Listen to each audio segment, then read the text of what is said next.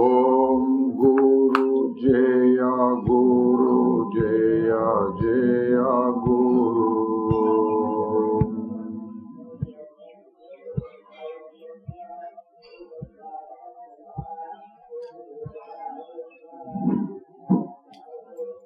ఓం గురు జయ గురు జయ జయ గురు.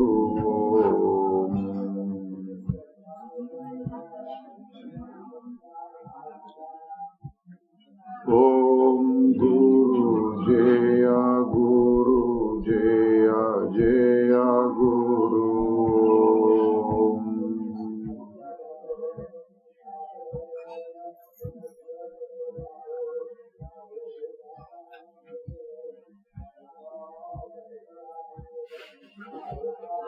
ఓం గురు జయ గురు జయ జయ గురు.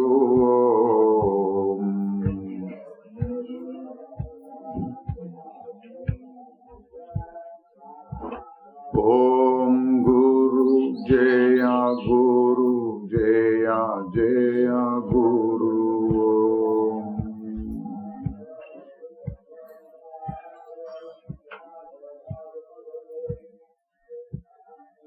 ఓం గురు జయ గురు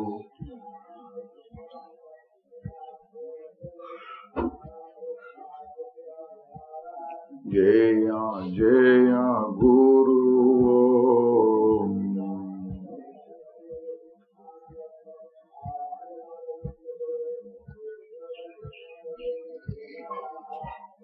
ఓం గురు జయ గురు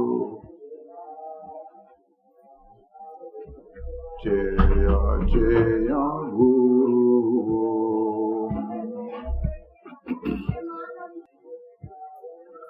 ఓం గురు జయ గురు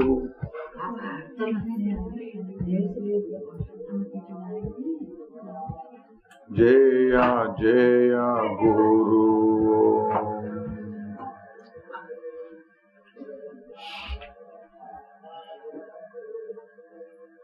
ఓం గురు జయ గురు జయ జయ గురు. ఓం గురు జయ గురు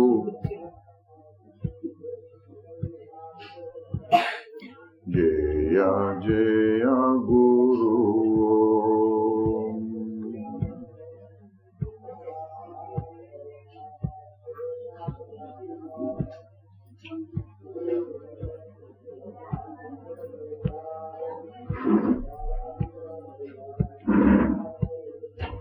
ఓం గురు జయ గురు జయ జయ గురు.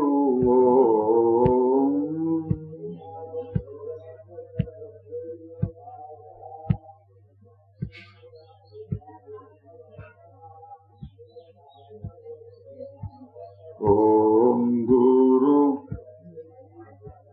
జయ గురు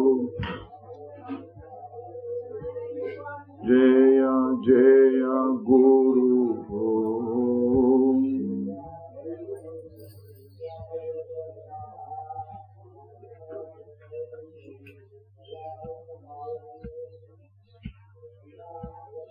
ఓం గురు జయ గురు జయ జయ గురు.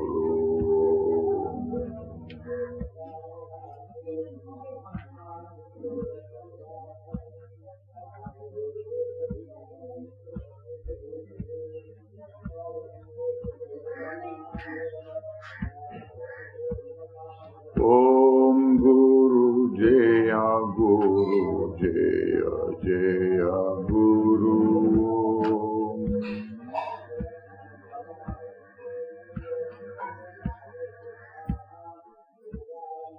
ఓం గురు జయ గురు జయ జయ గురు.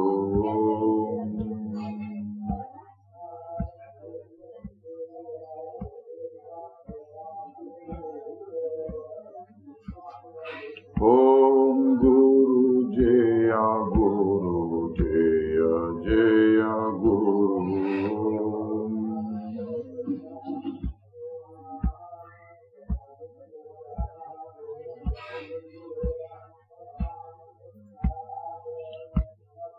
ఓం గురు జయ గురు జయ జయ గురు.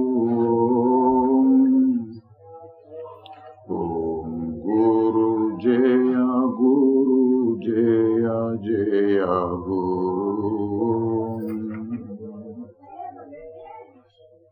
గురు.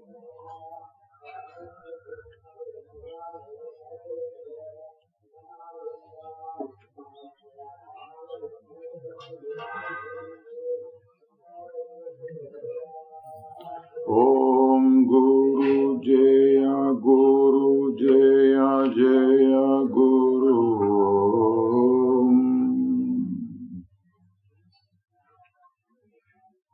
ఓం గురు జయ గురు జయ జయ గురు.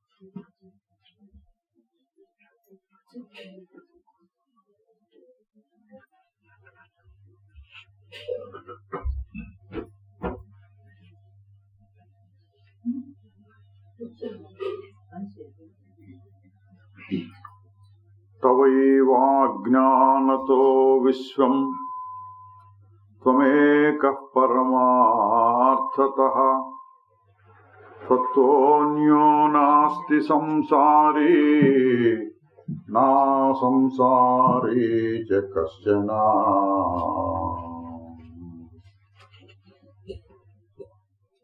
అష్టావక్రుడు జనక మహారాజు చెప్తున్నాడు 15వ అధ్యాయం. నీ అజ్ఞానము వలననే విశ్వము తోచుచున్నది. వాస్తవముగా నీవు ఒక్కడవే ఉన్నావు. నీకంటే వేరుగా మరొకడు సంసారి లేడు, అసంసారీను లేడు.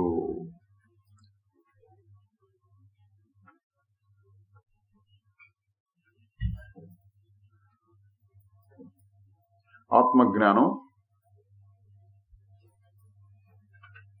తన గురించి తాను తెలుసుకోవడం,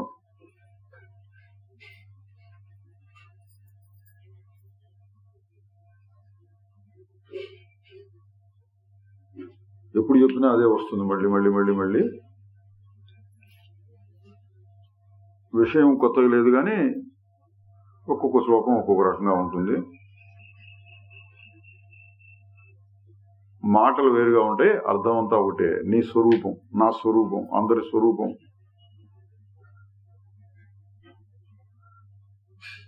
అది తెలుసుకుంటే చాలు అని దీని సారాంశం.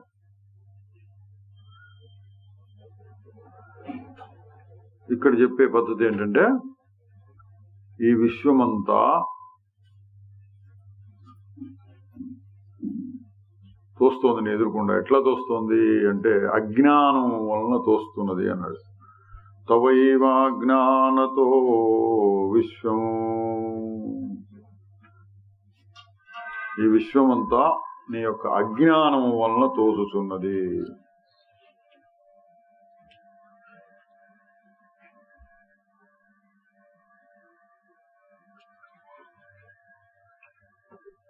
అజ్ఞానం అంటే తెలుసుకోలేకపోవడం, తెలియకపోవడం.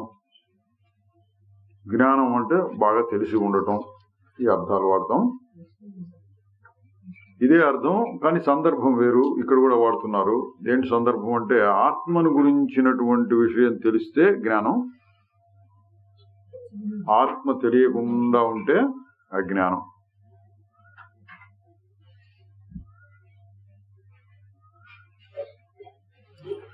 ఏ జ్ఞానం అంటే ఆత్మ అంటే ఏంటి అంటే మొదలు పెట్టినప్పుడు నేను అని మొదలు పెట్టచ్చు మనం.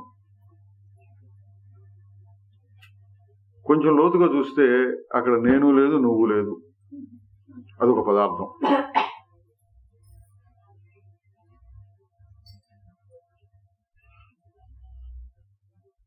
అది ఏంటి అంటే సందర్భానుసారంగా చెప్తుంటారు. ఇప్పుడు మనం దాన్ని తెలివి అన్నాం. తెలివి చైతన్యం.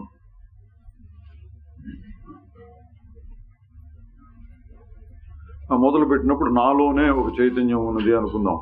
నాలోనే, నా అంటే ఇక్కడ ఒక శరీరం కలిగినటువంటి జీవుడు అంటే మనందరం ప్రస్తుతం ఉన్న స్థితి అనుకుందాం. దానిలో ఒక భావం కలుగుతుంది. ఏం భావం? విశ్వము అనేటువంటి భావం. ఎక్కడ అంటే మన మనస్సు అని చెప్పుకోవచ్చు. అందరికీ అనుభవంలో ఉన్నదే. ఇదంతా కనపడటం, వినపడటం, ఇంకా ఊహించుకోవటం, ఇవన్నీ ఎక్కడ జరుగుతున్నాయి? మనస్సులో జరుగుతున్నది అన్నాడు.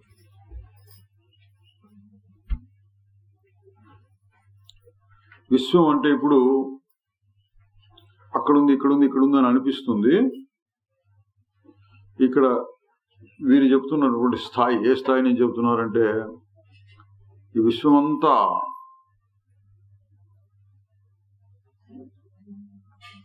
నీ యందే తోస్తోంది. నీకు అంటే నీ మనసులో అజ్ఞానం వలన.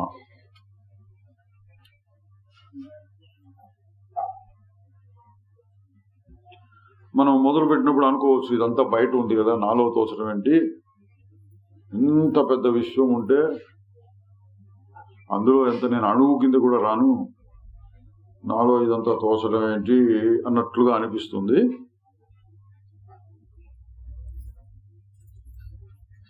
కొంచెం చూస్తే నువ్వు ఎంత చిన్నవాడివైనా అంటే శరీర దృష్టితో చెప్పినప్పుడు అసలు ఎంత చిన్నవో చెప్పలేము. విశ్వం మొత్తంలో అసలు భూమి అసలు ఒక లెక్కలో కాదు, భూమి మొత్తం కలిపి కూడా. అందులో మనం ఎంత చెప్పడానికి వీలు లేదు, అంత తక్కువ. అయినప్పటికీ ఈ విశ్వం అనేటటువంటి అనుభూతి ఎక్కడ కలుగుతోంది నాకు? ఇదంతా విశ్వము, ఫలానా ఫలానా ఫలానా. ఆ విశ్వంలో నేను అంటే ఈ శరీరము కలిగినటువంటి నేను, ఇది ఎక్కడ అనిపిస్తూ ఉన్నది అంటే మన మనస్సులోనే. ఇప్పుడు నా మనస్సు పనిచేయకుండా ఆగిపోతే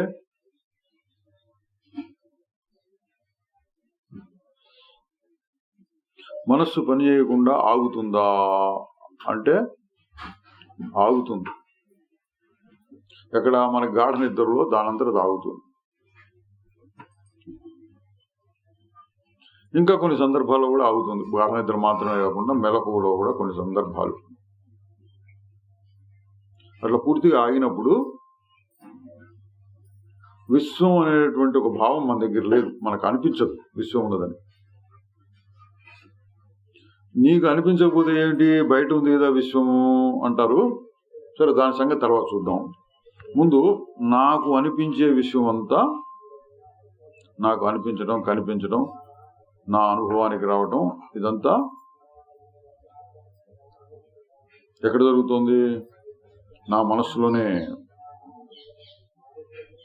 మనస్సు ఉంటే జరుగుతుంది, మనస్సు లేకపోతే కనపడకుండా పోతుంది. లేదు,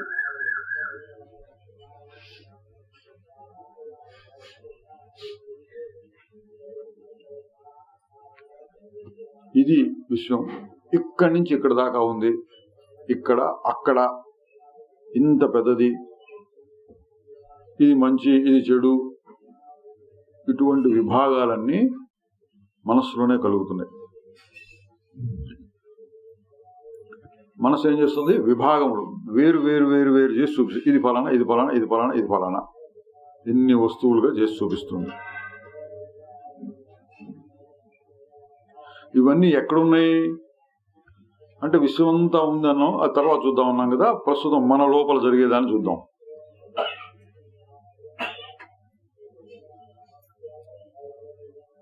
నా ఎదురుకుండా ఒక 5 వస్తువులు ఉన్నాయనుకోండి. ఇది అరటి పండు, మామిడి పండు, బిస్కెట్లు ఇవన్నీ కనపడుతున్నాయి. ఇక్కడ ఇట్లా 5 ఉన్నాయి అనుకుందాం.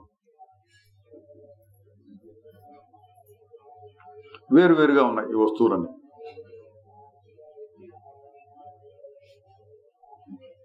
ఎక్కడున్నాయి ఇవన్నీ అంటే ఇగోండి నా పక్కన ఉన్నాయండి ఇవన్నీ అంటాం. ఇంకొంచెం ప్రశ్న వేసి చూద్దాం. ఇక్కడ నా పక్కన 5 వస్తువులు ఉన్నాయి అని నాకెట్లా తెలిసింది?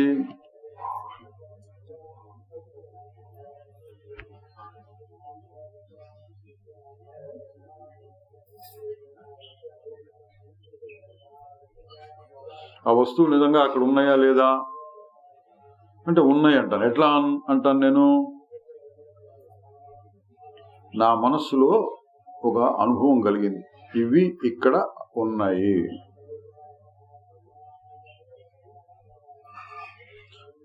ఈ జ్ఞానం ఎక్కడ కలిగింది? నీ మనసులో కలిగింది. ఈ జ్ఞానం కలగక ముందు ఎట్లా ఉంది? మనస్సులే చూడండి, బయట సంగతి వదిలేసి ప్రస్తుతానికి 5 వస్తువులు ఇక్కడ అనే అనుభవం కలగక ముందు మనసు ఎట్లా ఉంటుంది? ఒక్క క్షణం అట్లా ఆగి చూడండి ఒక్క క్షణం.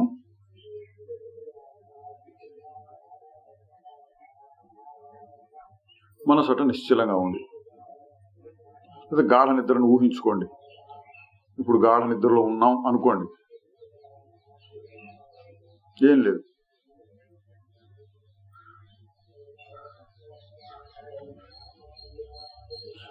మెలకు వచ్చింది అనుకోండి, మెలకు రాగానే చూస్తే ఎదురుకుండా 5 వస్తువులు కనపడుతున్నాయి.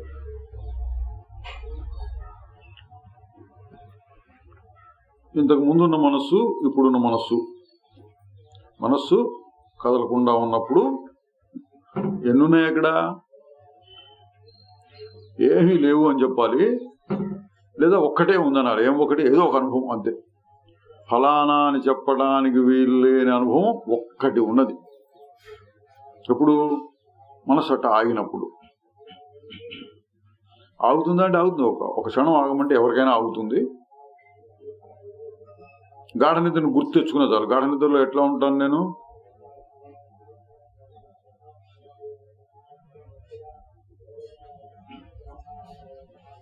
అప్పుడు ఎన్నున్నాయి అక్కడ? 2 రకాలుగా చెప్పాలి. ఏమీ లేదండి అని చెప్తుంటారు. ఏం లేదు, ఊరికే ఉన్నా. ఇంకొక రకంగా చెబితే ఏదో ఒక్క అనుభవం ఉంది. ఏమనుభవం? పేరు లేదు దానికి, ఏదో ఒక అనుభవం.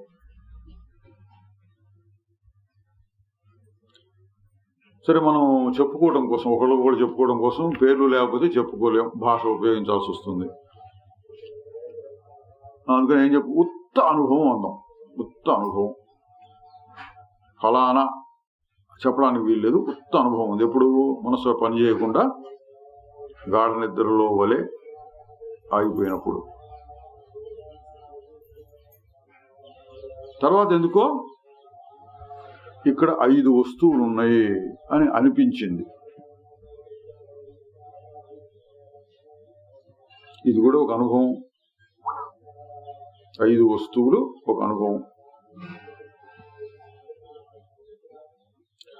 బయట విశ్వం దృష్టితో చూస్తే 5 ఇక్కడ ఉంది, ఇక్కడ ఒకటి, ఇక్కడ ఒకటి, ఇవి ఉన్నాయి అని వస్తున్నారు కూడా. దాని తర్వాత చూద్దాం. ఇప్పుడు లోపల మన అనుభవాన్నే చూద్దాం. ఇప్పుడు అంతకు ముందున్న అనుభవం ఉత్త అనుభవం. 1 లేదు, 2 లేదు, అసలు ఏమి లేకుండా లేదు, ఏం చెప్పడం లేదు. ఒకటి ఏదో ఒక్క అనుభవం, ఉత్త అనుభవం.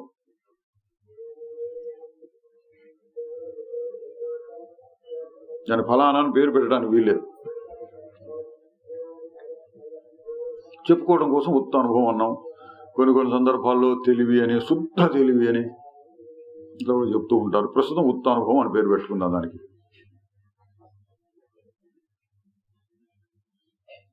ఇప్పుడు 5 అనిపించింది, 5 వస్తువులు అని. ఎక్కడ అనిపించింది? అనిపించడం, ఈ అనిపించడం ఒక అనుభవం. 5 వస్తువులు అనిపించడం కూడా ఒక అనుభవమే. ఈ అనుభవం రాక ముందు ఎట్లా ఉంది? ఉత్త అనుభవం. అంటే ఒక్కటే అనుకోవచ్చు. ఒకే అనుభవం. ఏమిటి? అందులో ఏమీ లేదు, అదొక రకంగా ఉంది అనేటటువంటి ఒక అనుభవం ఒకే రకంగా ఉంటుంది. తర్వాత 5 వస్తువులు అని కొత్త అనుభవం కలిగింది. ఎక్కడ కలిగినాయి? అది కూడా మనసులోనే. 2 అనుభవాలు మనసులోనే. ఏమీ లేదు, ఒక్కటిగా ఉంది, ఉత్త అనుభవం. అదొక స్థితి మనస్సులో. ఇంకొక స్థితి 5 వస్తువులు.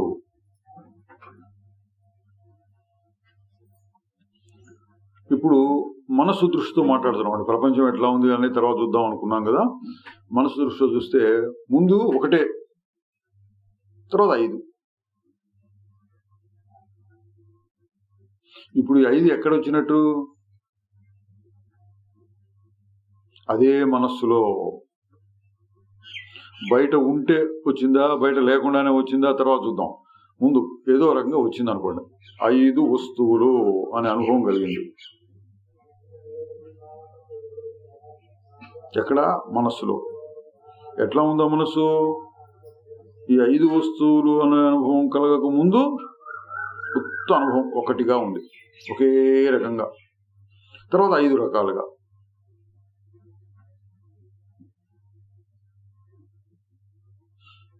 అంటే మనస్సులో అనుభవం మారింది.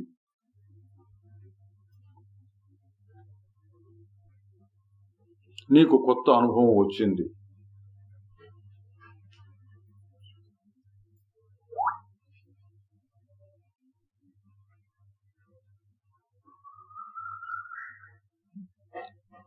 ఇప్పుడు దానికి నువ్వు విశ్వం, అది అరటి పండు, మామిడి పండు, యాపిల్ పండు ఇట్లా పేర్లు పెట్టుకోవచ్చు.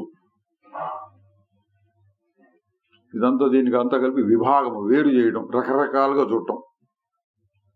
ఒకే వస్తువుని రకరకాలుగా చూడటం. మనం దూరంగా ఉన్న ఒక కొండను చూస్తున్నాం అనుకోండి. వేరే రైల్లోనే వెళుతున్నాం, అంత దూరంగా ఒక కొండ కనపడుతుంది. మనకు అనుభవం ఏంటి? అంతా కలిపి ఒక కొండ అని అనుభవం, ఒక అనుభవం. దగ్గరికి వెళ్ళి చూసామనుకోండి, కొండ దగ్గరికి వెళ్ళి చూస్తుంటే ముందు నేల కనపడుతుంది, తర్వాత ఇక్కడో రాయి, అక్కడో రాయి, అక్కడో రాయి, పెద్ద పెద్ద గుట్టలాగా కనపడుతుంది. అక్కడో చెట్టు, ఇక్కడో చెట్టు, చిన్న చిన్న చెట్లు కనపడుతుంటాయి. అక్కడక్కడ గుంటలు కనపడుతూ ఉంటాయి, రాయి మధ్యలో.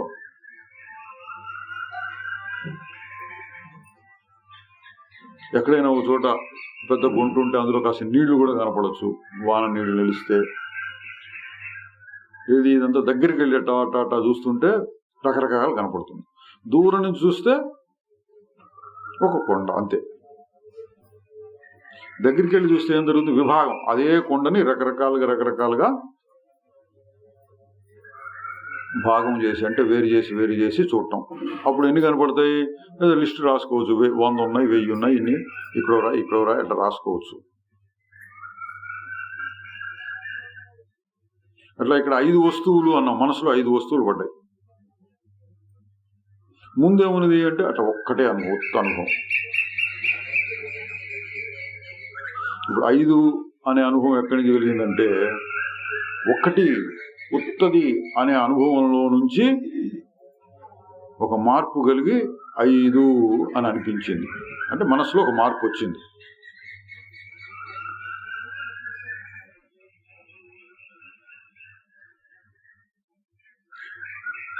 కాసేపు అయినాక ఇట్లా ఎదురుకుండా చూశాను. చూస్తే 20 మంది మనుషులు అన్నాం. 20.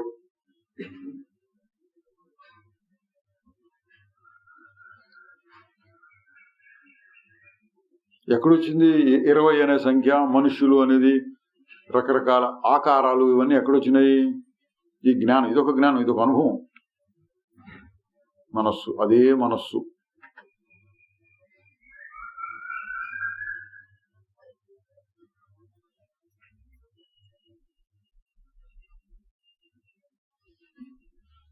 అంటే అనుభవం, మనస్సులో కలిగే అనుభవాలు మారుతున్నాయి.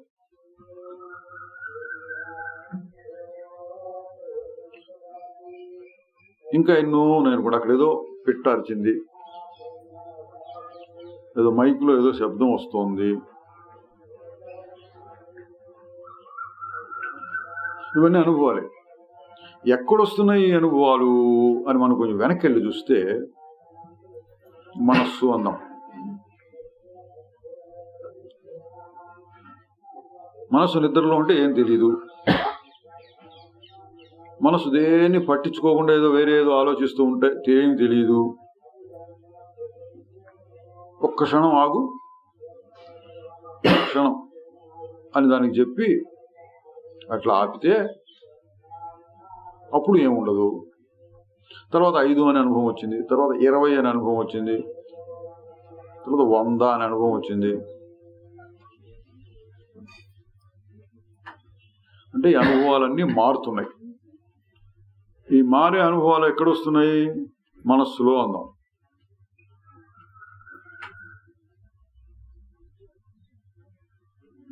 అంటే మన మనస్సును పరిశీలిస్తే ఎప్పటికప్పుడు అనుభవాలు మారుతున్నాయి.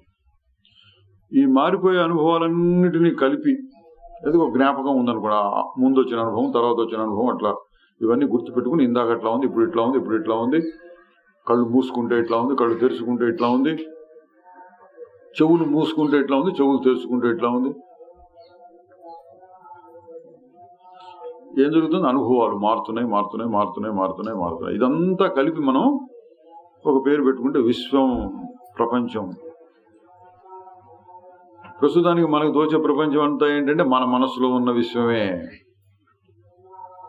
మన మనసులో ఉన్న విశ్వం ఏంటంటే అక్కడెక్కడో ఒక దేశం ఉంది, మనం ఎప్పుడు చూడలేదు, అక్కడ కూడా మనుషులు ఉంటారు. అసలు భూమే కాదు, భూమి లాంటి ఇంకెక్కడో చాలా ఉంటాయి ఇటువంటి భూములు. ఆ భూమిలో కూడా చాలా మంది మనుషులు ఎవరో ఉండుంటారు, జీవులు అన్నారు అనుకోండి, రైటే అది. కానీ అవి కూడా ఎక్కడ కనపడుతున్నాయి? మరి ఎక్కడో ఇటువంటి భూమి ఇంకోటి ఉంది అని కానీ, లేదా భూమి మీద ఎక్కడో ఇంకో దేశం ఉంది మనకు తెలియదు కానీ అక్కడ కూడా ఇటువంటి వాతావరణం ఉంటుంది అని కానీ, అది ఎక్కడొచ్చింది? ఆ జ్ఞానం కూడా మనసులోనే కలుగుతుంది. మళ్ళీ ఎక్కడో దేశం ఉంది అనే జ్ఞానం కూడా మళ్ళీ మనసులోనే కలుగుతోంది.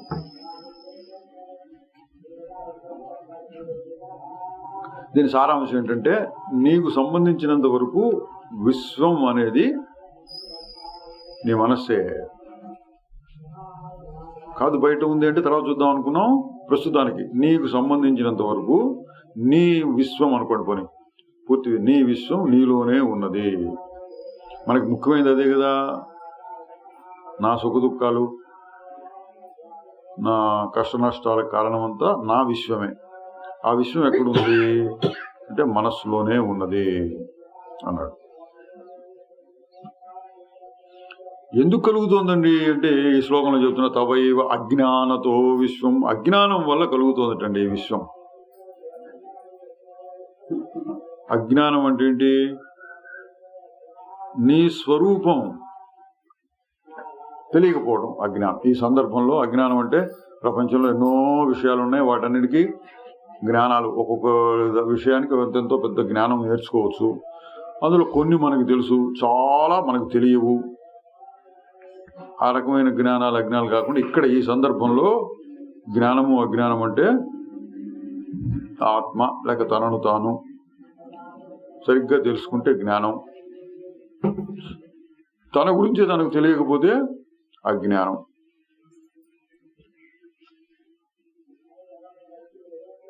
ఇప్పుడు నీ అజ్ఞానం వల్లనే విశ్వం తోస్తుంది అన్నాడు. అజ్ఞానం అంటే నీ అసలు విషయం తెలియకపోవడం వల్ల.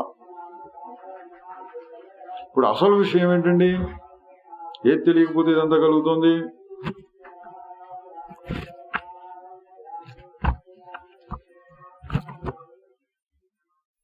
అసలు విషయం ఏంటి? ఇందులోనే మళ్ళీ మనసులోనే చూడాలి అసలు విషయం ఏంటి.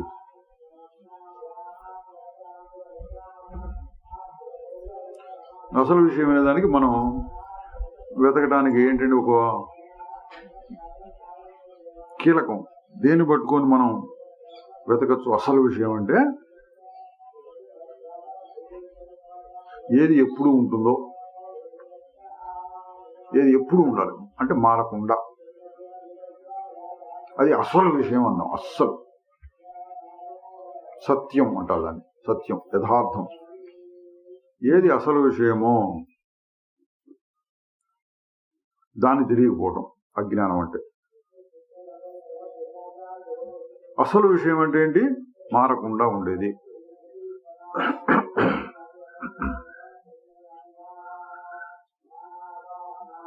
మళ్ళీ మనలోనే చూసుకోవాలి ఏది అసలు విషయం అంటే ఏది ఎప్పుడు ఉండేది, ఏది మారకుండా ఉండేది. 5 అన్నప్పుడు ఒక అనుభవం, మనసు అదొక రకంగా 5 అని ఒక బొమ్మ పడిందో పడిందో ఏదో ఒక రకంగా 5 అనిపించింది. 20 అన్నప్పుడు ఇంకోటి అనిపించింది. బయట ఏదో మైకు స్కూటర్ తప్పుడు పిట్టారుస్తోంది, ఇంకో రకంగా అనుభవాలు కలుగుతున్నాయి. ఇందులో ఏ అనుభవం నిజమైనటువంటి అనుభవం? అసలు అనుభవం ఏది? ఏదీ కాదు. 5 అనేది మారిపోయింది. 5 బయట ఉన్నాయో లేవో తర్వాత చూద్దాం. నా అనుభవంలో 5 అనేది మారిపోయి 20 అయింది, 20 అనేది మారిపోయి 100 అయింది. తర్వాత ఏదో పక్షి శబ్దం, మైక్ శబ్దం, ఇవన్నీ మారుతున్నాయి ఇట్లా అనుభవాలు. అసలు విషయం ఏంటి అంటే ఎప్పుడు ఉండేది ఏది అంటే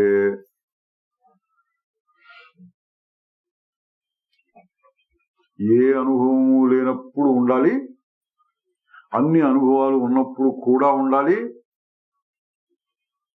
అది అసలు విషయం, ఎప్పుడు ఉండాలి. ఇప్పుడు ఏ అనుభవం లేకుండా ఉన్నప్పుడు ఏదుంది? అట్లా ఆగి చూడు.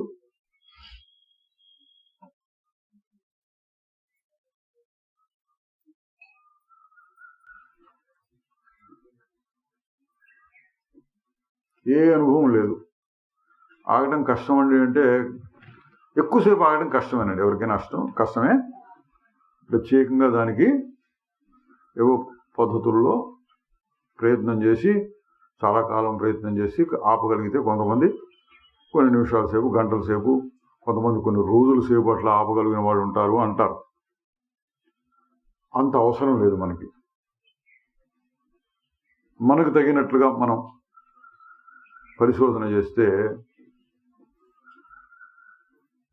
ఒక్క క్షణం ఆపినా చాలు. ఏముంది అక్కడ? ఉత్త అనుభవం అందం. తర్వాత రకరకాల అనుభవాలు కానీ మళ్ళీ అంతా అయిన తర్వాత ఆగిపోయింది. దానంతరదే ఆగుతుంది. లేదా మనం మరొకసారి ఆగు అందాం.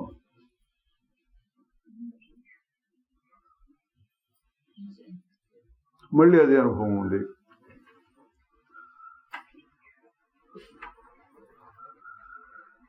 మళ్ళీ వేరే అనుభవాలే వచ్చింది. నా శరీరం మీద ఎక్కడో దురద పుట్టింది, ఎక్కడో నొప్పిగా ఉంది, ఏదో గాలి చల్లగా ఉంది.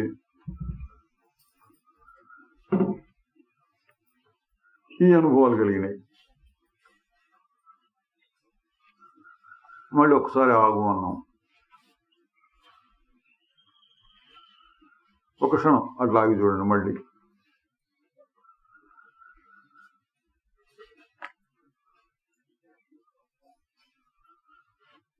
మళ్ళీ ఉత్త అనుభవం. ఇప్పుడు మాట్లాడుతున్నాను. ఏం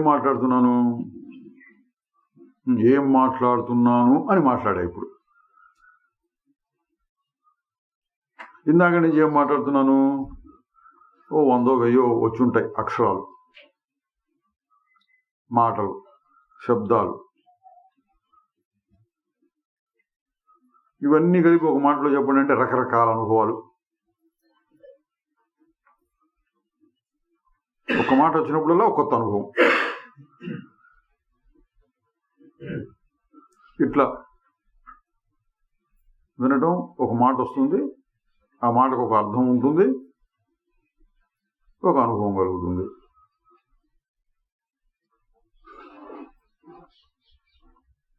మళ్ళీ ఆగాం, ఆగి చూడు, మళ్ళీ ఉత్త అనుభవం.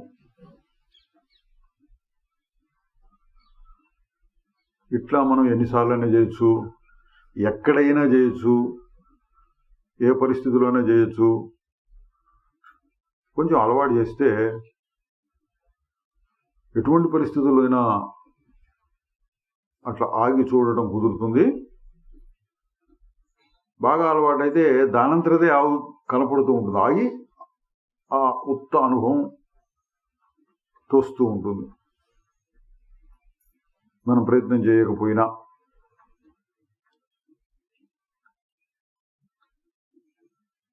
ఇట్లా చేసి చూచిన వారు, మనం కూడా చేయొచ్చు, ఇప్పుడు కష్టమే కాదు. ఇట్లా చేసి చూసిన వారు ఏం చెప్పారంటే, మనం ఉత్త అనుభవం అన్న దానికి అని పేరు పెట్టాము, ఉత్త అనుభవం అని. అది ఎప్పుడూ ఉంటున్నది. ఎన్నిసార్లు ఆగినా అదే ఉంటున్నది. సరే, ఆగినప్పుడు అదే ఉంటున్నది, కానీ ఆగకుండా ఉంటే కొత్త కొత్త అనుభవాలు వస్తున్నాయి. నేను మాట్లాడుతూ పోతున్నాను, ఆ మాటలకు అర్థాలు తెలుస్తున్నాయి, బయట ఏదో చప్పుళ్ళు వచ్చినాయి, కళ్ళు తెరిస్తే వాళ్ళు ఇవి అవి కనపడుతున్నాయి. ఇట్లా ఏదో నిరంతరంగా జ్ఞానాలు, అనుభవాలు కలుగుతూ ఉంటే అవన్నీ మారిపోయే అనుభవాలు, వచ్చిపోయే అనుభవాలు. ఉత్త అనుభవం ఉంటుందా? అప్పుడు అక్కడ కొంచెం జాగ్రత్తగా చూడాలి.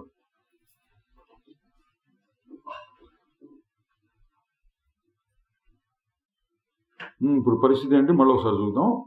రకరకాల అనుభవాలు వస్తున్నాయి, ఆగినప్పుడల్లా ఉత్త అనుభవం, మళ్ళీ ఇంకో అనుభవం, మళ్ళీ ఆగినప్పుడు మళ్ళీ ఉత్త అనుభవం. ఎప్పుడు చూసినా ఉత్త అనుభవం మళ్ళీ మళ్ళీ మళ్ళీ మళ్ళీ వస్తుంది కదా. మరి ఇతర అనుభవాలు కలిగే సమయంలో కూడా ఉత్త అనుభవం ఉంటుందా, ఉండదా?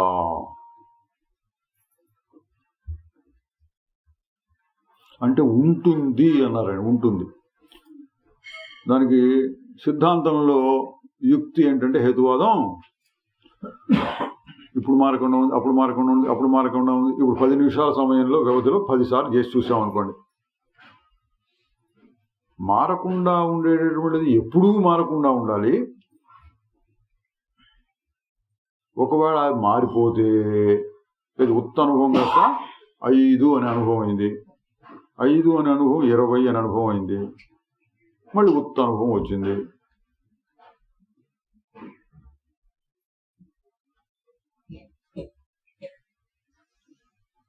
మారిపోయింది అనుకోండి ఉత్త అనుభవం అనేది. మారిపోతే ఏం జరుగుతుంది? మళ్ళీ అదే అనుభవం రాదు, ఇంకోటేదో వస్తుంది, ఇంకోటేదో వస్తుంది, ఇంకోటేదో వస్తుంది. ఎప్పుడు చూసినా మనకి అదే అనుభవం, మళ్ళీ ఉత్త అనుభవం, మళ్ళీ మళ్ళీ మళ్ళీ మళ్ళీ ఎన్నిసార్లు చూసినా ఉత్త అనుభవం మధ్య మధ్యలో వస్తుంది. కాబట్టి మన సిద్ధాంతం ప్రకారం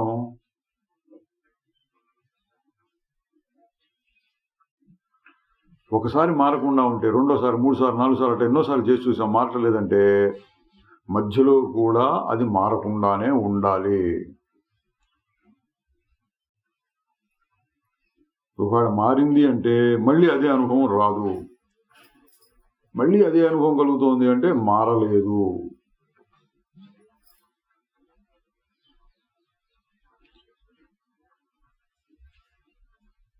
దీనికి సారాంశం ఏం చెప్పమంటే, మారే అనుభవాలు చాలా ఉన్నాయి, వస్తున్నాయి పోతున్నాయి.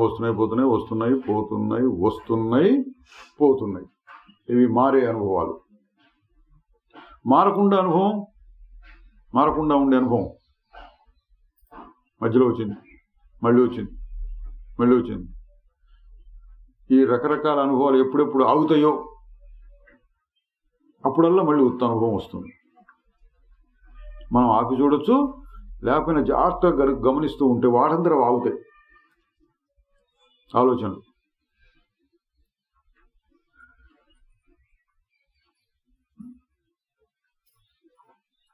నేను ఇప్పుడు రకరకాల మాటలు చెప్తున్నాను, మధ్య మధ్యలో ఆగుతుంది. ఒక వాక్యానికి ఇంకొక వాక్యానికి మధ్యలో ఏముంది?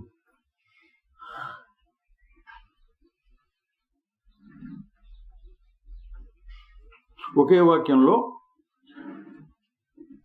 ఆపి ఆపి చెప్తున్నాను అనుకోండి మాటలు.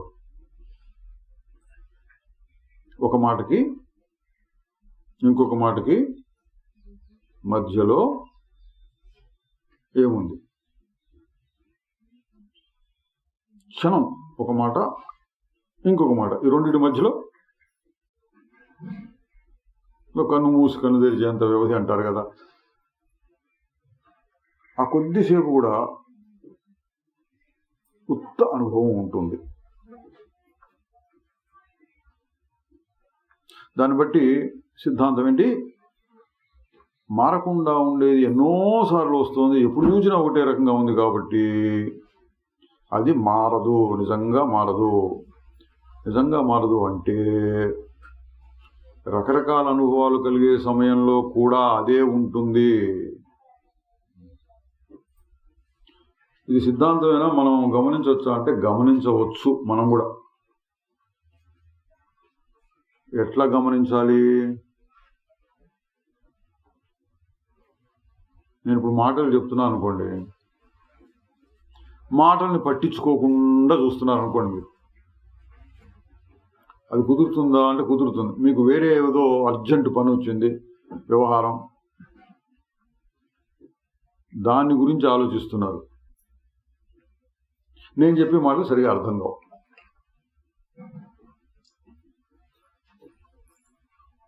ఎందుకు? మనస్సు మరొక అనుభవాన్ని పొందుతోంది లోపల. ఈ అనుభవం లోపలికి ఎక్కదు. అట్లాగే ఎన్నో అనుభవాలు వస్తూ ఉన్నా మనస్సు వాటిని పట్టించుకోకుండా ఉన్నదనుకోండి, ఎట్లా కుదురుతుందంటే ఇప్పుడు వేరే లోపల వేరే ఏదో ఆలోచిస్తూ ఉంటే ఇది ఎక్కదు ఈ అనుభవాలు. అట్లా కాకుండా ఇంకొక రకంగా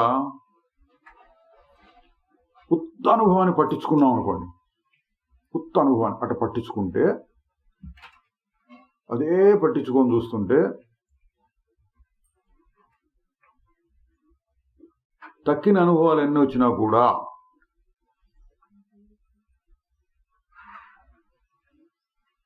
మనం పట్టించుకోకుండా చూస్తే ఆ సమయంలో కూడా ఉత్త అనుభవం మనం అనుభవంలో ఉన్నట్టే. ఓం గురు మధ్యలో ఆపాను, ఉత్త అనుభవం. జయ గురు, జయ జయ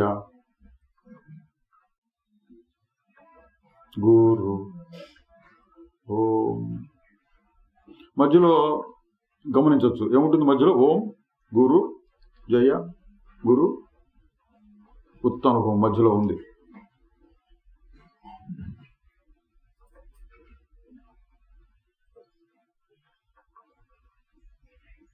అది ఉత్త అనుభవం, అసలైన అనుభవం అందాం.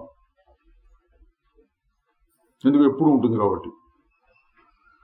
మరి పైపోయిన వచ్చే అనుభవాలు ఎటువంటి మారిపోతాయి. ఒకసారి ఓం అన్నాం, ఒకసారి జయ అన్నాం, ఒకసారి గురు అన్నాం, తర్వాత ఏమో రామ అనొచ్చు, కృష్ణ అనొచ్చు, లేదా నా పేరు నేను చెప్పుకోవచ్చు, ఈ ఊరి పేరు చెప్పుకోవచ్చు, ఏదో ఒకటి అట్లా రకరకాల ఆలోచనలు వస్తున్నాయి, అది మారిపోతున్నాయి.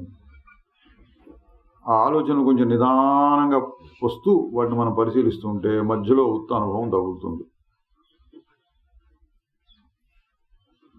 ఇప్పుడు అదే విషయాన్ని ఇంకొక రకంగా ఓం గురు జయ గురు జయ జయ మధ్యలో ఆపకుండా అన్నాను.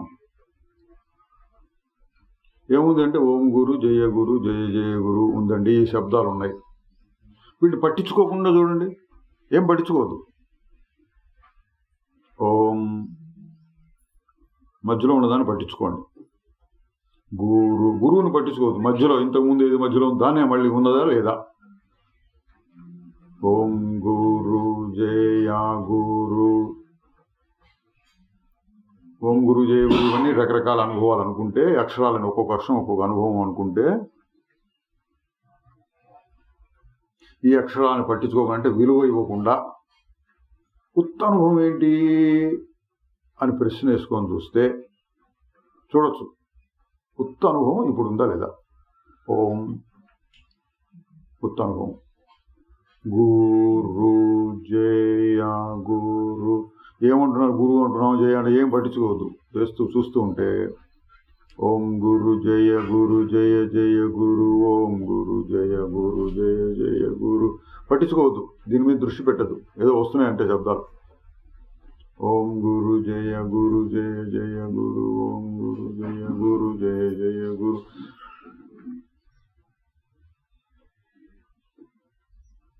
అప్పుడు కూడా ఉత్త అనుభవం ఉన్నట్లు తెలుస్తుంది. ఉత్త అనుభవం ఎట్లా తెలుస్తుందండి అంటే దానికి ఒక యుక్తి. ఓం గురు జయ గురు ఇన్ని అక్షరాలు వచ్చినాయి, ఇన్ని శబ్దాలు వచ్చినాయి అన్న సంగతి తెలుస్తుంది. ఏదో వస్తుంది పోతుంది అన్న సంగతి తెలుస్తుంది. ఫలానా ఫలానా అని పట్టించుకొని దాన్ని ఇదేమిటి అని విమర్శించి చూస్తే బాగా తెలుస్తుంది. ఏం లేకుండా ఉత్త శబ్దాలు వింటున్నాం అనుకోండి, అప్పుడు ఏం జ్ఞానం ఉంటుంది? ఏవో శబ్దాలు వస్తున్నాయి పోతున్నాయి అనే జ్ఞానం ఉంటుంది. అది ఉత్త అనుభవం. అంటే ఉత్త అనుభవం ఎట్లా ఉంటుందండి? తాను మారకుండా ఏవో వస్తున్నాయి పోతున్నాయి, నాకు సంబంధం లేదు. మన ఇంటి ముందు అరుగు మీద కూర్చున్నాం, అక్కడేదో ఉత్సవం లాగా ఏదో ఉందని గుళ్ళో ఏదో చేస్తున్నారు, చాలా మంది వెళ్తున్నారు వస్తున్నారు.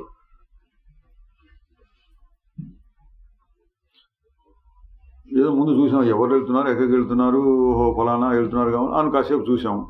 తర్వాత విసుగొచ్చి ఊరికే కూర్చున్నాం అంతే. అప్పుడు ఎట్లా అనిపిస్తుంది?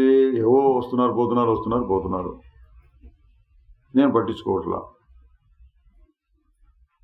అప్పుడు ఏమున్నట్టు? నా స్వరూపాన్ని నేను పట్టించుకుంటున్నా. వాటిని పట్టించుకోకుండా ఉంటే ఆ ఉత్త అనుభవం ఉన్నట్లు. ఓం గురు జయ జయ గురు పట్టించుకోకుండా ఉత్త అనుభవం ఉందా లేదా అది ప్రశ్న. ఇప్పుడు ఉత్త అనుభవం ఉందా లేదా? ఇతర అనుభవాలు వస్తున్నప్పుడు కూడా ఓం గురు జయ జయ గురు, ఓం గురు జయ జయ గురు. ఉత్త అనుభవం అది ప్రశ్న.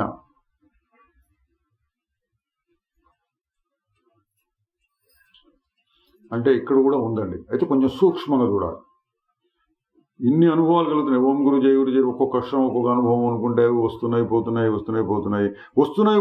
అని తెలుసుకోవడానికి ఒక అనుభవం.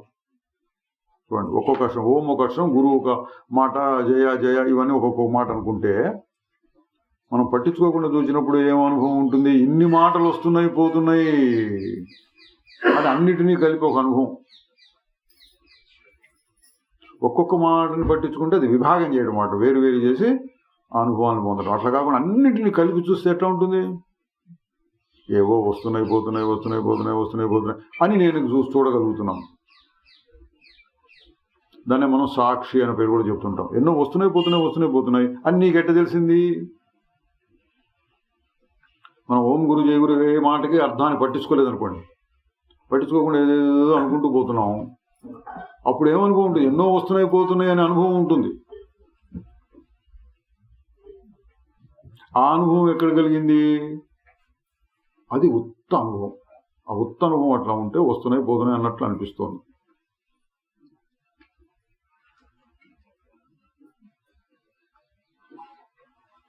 ఇప్పుడు మన మాటలను పట్టించుకోవడం మొదలుపెట్టాం.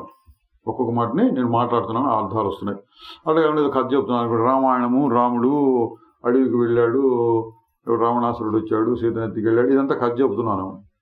ఒక్కొక్క వాక్యానికి ఒక్కొక్క మాటకి ఒక్కొక్క వాక్యానికి అర్థాలు ఉంటాయి. అర్థాలన్నీ మనసులో దూరుతున్నాయి, అన్నీ ఉన్నాయి. ఆగాం, ఏం లేదు, ఉత్త అనుభవం.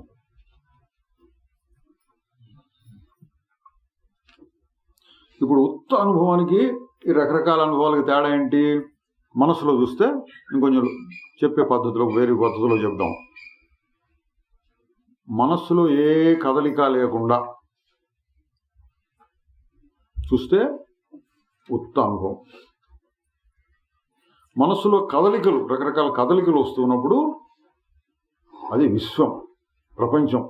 అది ప్రస్తుతానికి మన ప్రపంచం అంతా ఇక్కడే ఉందనుకోండి, ఈ గదిలోను ఓం గురు జయ గురు అనే మాటల్లోనే ఎక్కడో ఉందనుకోండి. ఏదైతే ఇది ఒక ప్రపంచం అనుకుందాం.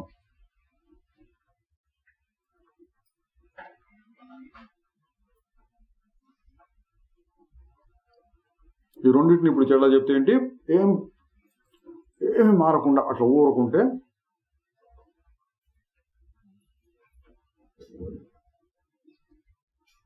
ఒక అనుభవం. అంటే మనస్సులో చలనం, కదలిక లేకుండా అవి ఇవి అనిపిస్తున్నాయి. ఇందాక ఇప్పుడు 5 అనుభవాలు 10 అనుభవాలు ఇట్లా అనిపిస్తున్నాయి అంటే మనస్సులో కదలికలు వస్తున్నాయి. 1 2 3 4 5 ఇట్లా అనుకుంటే మనసులో కదలిక వచ్చింది. ఈ కదలికలు ఎట్లా ఉన్నాయి మీరే గమనించుకోండి మీ అనుభవంలో. ఇప్పుడు ఉదాహరణల ద్వారా చెప్పుకోవచ్చు. మనం ఖచ్చితంగా ఎవరికి వాళ్ళే చూసుకోవాలి. కొన్ని ఉదాహరణల ద్వారా సహాయం చేయొచ్చు.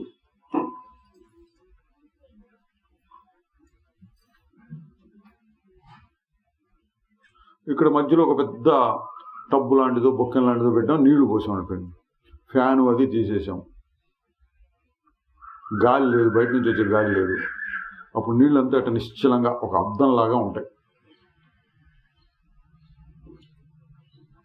తర్వాత ఒక గుండు సూది లాంటిది తీసుకుని, పిన్నీసు గుండు సూది లాంటి ఇట్ట పొడుస్తున్నాం. కొద్దిగా చలనం వస్తుంది నీళ్ళలో. అట్లా ఆ సూది పెట్టి అట్ట పొడవంగానే ఒక గుంటలాగా ఒక చలనంలాగా వచ్చింది. తీయంగానే పోయింది. మళ్ళీ ఇంకోసారి పొడిచాం, వచ్చింది పోయింది. ఇంకోసారి పొడిచాం, వచ్చింది పోయింది. ఎప్పుడు ఉన్నది ఏంటి, నీరు. మనం ఇట్లా కొద్దిగా పొడుస్తున్నప్పుడు ఏమొస్తుంది, చలనం. సూది కాకుండా మనం వేలు పెట్టి పొడిచామనుకోండి, వేలు పెట్టి ఇట్ట అంటుంటే ఇంకొంచెం పెద్ద చలనం. ఆ బొక్కలో నీళ్ళన్నీ ఈ మూల నుంచి ఆ మూల దాకా కదిలినట్టు అనిపిస్తుంది.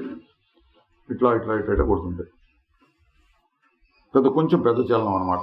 సూది పెట్టి పొడిచిన దానికంటే మనం వేలు పెట్టి నొక్కుతూ ఉంటే పెద్ద చలనం. తర్వాత మొత్తం అరిచేయి పెట్టి ఇట్లా కొడుతున్నాం అనుకోండి, ఇంకా పెద్ద చలనం. నీళ్లు పైకి కిందికి లేస్తుంటే అల్లకల్లోలంగా అయిపోతుంది. సముద్రంలో అల్లకల్లోలంగా ఉంది అన్నట్టు. అయినా కొట్టడం ఆపేసాం, అరిచేత్తో కొట్టడం ఆపేసాం అనుకోండి.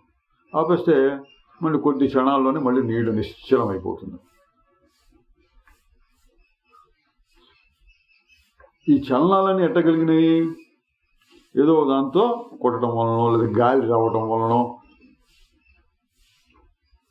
నిశ్చలంగా ఉన్న నీళ్ళలో మార్పులు వస్తున్నాయి. నిశ్చలంగా ఉంది మార్పు, నీళ్లు కదలకుండా, ఎవరు కొట్టట్లేదు, గాలి లేదు. అప్పుడు అసలైన నీరు మార్పు లేకుండా ఉంది అనుకుందాం. దాన్ని మనం సూది పెట్టో వేలు పెట్టో అరిచేయి పెట్టో లేదా ఒక రాయి పెట్టో కొడుతున్నాం, పెద్ద పెద్ద మార్పులు వస్తున్నాయి. అప్పుడు ఏమనొచ్చు మనం, మారకుండా ఉన్న నీరు, మారిపోతూ ఉన్న నీరు, 2 రకాలుగా చెప్పుకోవచ్చు. మారకుండా ఉండే నీరు అంటే మనం ఏం కొట్టకుండా అట్లా బొక్కల్లో వేసి పెట్టాం, మారకుండా నీరు ఉంది. అట్లా మన మనస్సు కూడా నిశ్చలంగా ఉంది, టబ్బులో పోసే నీళ్ళలాగా. అదొకటి. రెండోది, నీళ్ళని ఇట్లా కొడుతున్నప్పుడు మార్పులు వచ్చినాయి, అది మారుతున్న నీరు అన్నాం. మారకుండా ఉండే నీరు, మారుతున్న నీరు. ఈ మాట ఎందుకు అంత సరిగ్గా లేదు. ఇది మారుతున్న నీరు అనే మాట.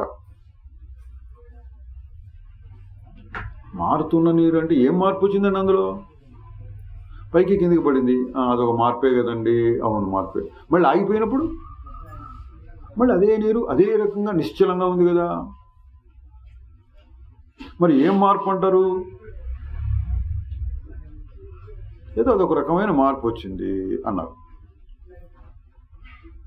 మరి ఇదంతా కలిపి చెప్తే ఏంటంటే, రెండింటిని మనం కలిపి చెప్పాలి.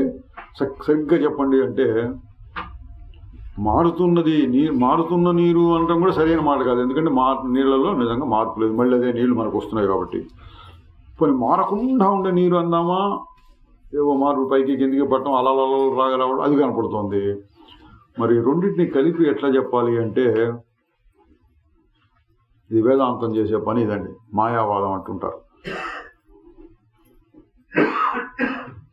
నీరు నిజంగా మారటం లేదు అంటే అదే నీరు ఉంటుంది.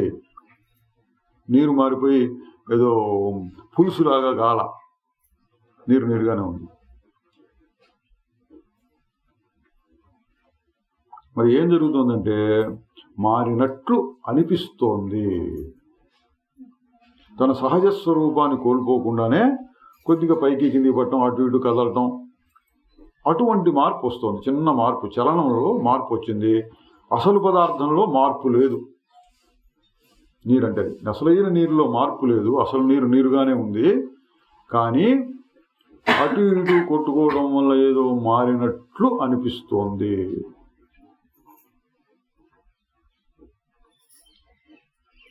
ఇప్పుడు మన మనసును పరిశీలించండి. ఓం గురు ఆగినప్పుడు మారకుండా కదలకుండా ఉన్న నీరు అనుకుందాం. జయ గురు, జయ జయ గురు. ఇది మారుతున్న మనస్సు.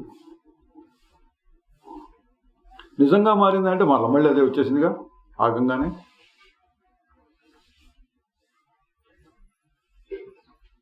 అందుకని నేనేం చెప్పొచ్చు అంటే ఉత్త అనుభవం నిజంగా మారినట్టు కాదు, కాసేపు ఏదో మారినట్టు అనిపించి మళ్ళీ తన సహజ స్వభావాన్ని చూపిస్తోంది.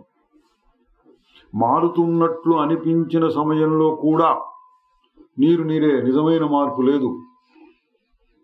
ఉత్తుత్తగా కనపడేటట్టు ఒక మార్పు కనపడుతోంది, పైన కనపడుతోంది. అసలు నీటిలో మార్పు లేదు. మనం ఇప్పుడు పైన ఇట్లా కొడుతున్నాం అనుకోండి, వేలు పెట్టో అరిచేయి పెట్టో కొడుతుంటే మార్పు వస్తుంది. అట్టడుగుకి వెళ్ళాం అనుకోండి, ఆ పక్కన ఏదో 2 అడుగులు లోతుంది. ఆ 2 అడుగులు లోపలికి వెళ్ళి చూస్తే ఎట్లా ఉంటుందంటే పైన వచ్చే చలనం ఉండదు. లోపలికి వెళ్ళి చూస్తే ఎప్పుడు అట్లా నిశ్చలంగానే ఉంటుంది.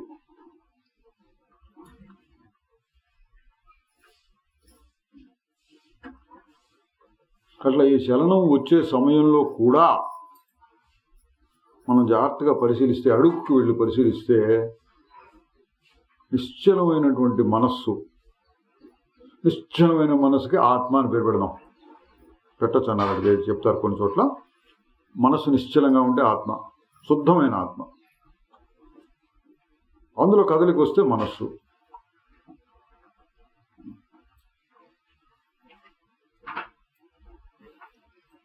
సారాంశం ఏంటి? మారని అనుభవం, మారని వస్తువు ఒకటి ఉన్నది, అందులో మార్పులు వచ్చినట్లు కనిపిస్తోంది.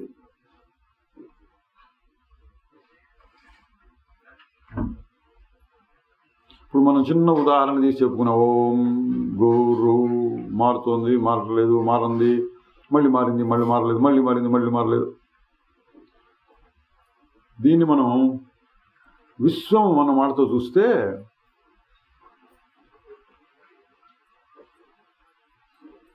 విశ్వమంతా అదే, విశ్వమంతా మనస్సులోనే అగుపిస్తోంది. ఇట్లా కళ్ళు తెరిస్తే గోడ కనపడింది, ఇటు పక్కకు తిరిగితే తలుపు కనపడింది, అటు వెనక్కి చూస్తే చెట్టు కనపడింది, ఇటు లోపల చూస్తే మనుషులు కనపడారు, ఇంకా చూపిస్తే నా శరీరమే కనపడింది, ఇంకా లోపలికి వెళ్ళి చూస్తే మనసులో ఆలోచనలు కనపడుతున్నాయి. మళ్ళీ కళ్ళు తెరిస్తే మళ్ళీ ఆకాశం, మళ్ళీ సూర్యుడు, మళ్ళీ మబ్బులు, మళ్ళీ వర్షం, ఏంటేంటో కనిపిస్తున్నాయి. ఇవన్నీ రకరకాల మార్పులు. మళ్ళీ ఒక్కసారి ఆగి చూస్తే ఉత్త అనుభవం.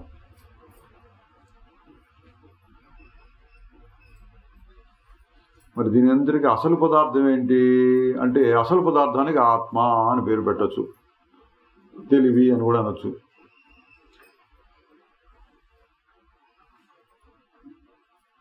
ఆత్మ మారుతోంది అంటే మారట్ల, మళ్ళీ మళ్ళీ అదే ఉంటుంది, ఆగినప్పుడల్లా అదే ఉంటుంది. అందుకని ఇందాక నీటి ఉదాహరణలో చూసినట్టుగా ఆత్మ అంటే తెలివి, తెలుసుకునే శక్తి మనలోనే ఉన్నది. అందులో నిజమైన మార్పు రాకుండానే ఏవేవో మార్పులు వచ్చినట్లు కనపడుతోంది. వచ్చినట్లు కనపడుతుంది ఎందుకు అంటున్నారండి అంటే మళ్ళీ ఒకసారి చూద్దాం. ఎందుకు చెప్పాం? నిజమైన మార్పు ఇదే. నీరు మారిపోయి పులుసు లాగానో కిరసనాయిల్ లాగానో పెట్రోల్ లాగానో ఏదో మారిపోవాలి. అటువంటి మార్పు కాదు. నీరు నీరుగానే ఉంది, నీరు నీరుగానే ఉంది, నీరు నీరుగానే ఉంది. దాని స్థితి పైకి కిందికి కదలడం, అటువంటి మార్పులు కొద్దిగా వచ్చినాయి. అట్లాగే ఇక్కడ ఆత్మ అటు నిశ్చలంగా ఉంది. కొత్త అనుభవం, గాఢ నిద్ర, అయితే గాఢ నిద్ర లాంటి స్థితి. ఒక్క క్షణం ఆగి చూడు, అప్పుడు ఆత్మ నిశ్చలం.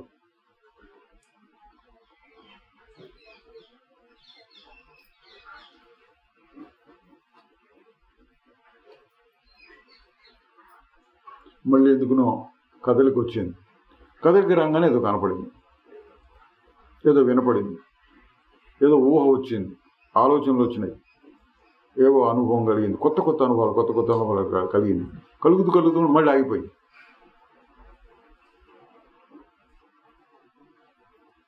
మళ్ళీ ఉత్త అనుభవం. ఇట్లా విశ్వంలో మనకి ఎన్ని అనుభవాలు కలిగినా సరే ఉత్త అనుభవం అంటే దాన్ని ఆత్మ అందాం. ఇప్పుడు ఆత్మ అంటే ఒక శక్తి, తెలివి శక్తి, తెలుసుకునే శక్తి. అది ఎప్పుడు ఒకటే రకంగా ఉంటుంది. మార్పులన్నీ వచ్చిపోతున్నాయి క్షణికంగా. వస్తుంది పోతుంది. అందుకని కొన్ని సందర్భాల్లో ఏం చెప్తారంటే అసలు ఈ విశ్వం అనేది నిజంగా లేదండి. విశ్వం అనేది అంతా ఊరికే మనసులో కలిగే చలనాలు అంతే. అసలు నిజంగా ఉన్న పదార్థం ఏంటి? ఆత్మ.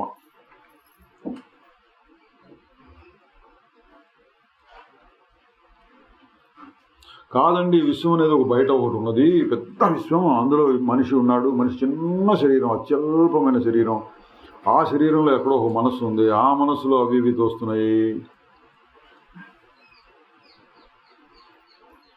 అని కూడా అనొచ్చు వాదానికి. దానికి కూడా సమాధానం చెప్పుకోవచ్చు. ఏంటి?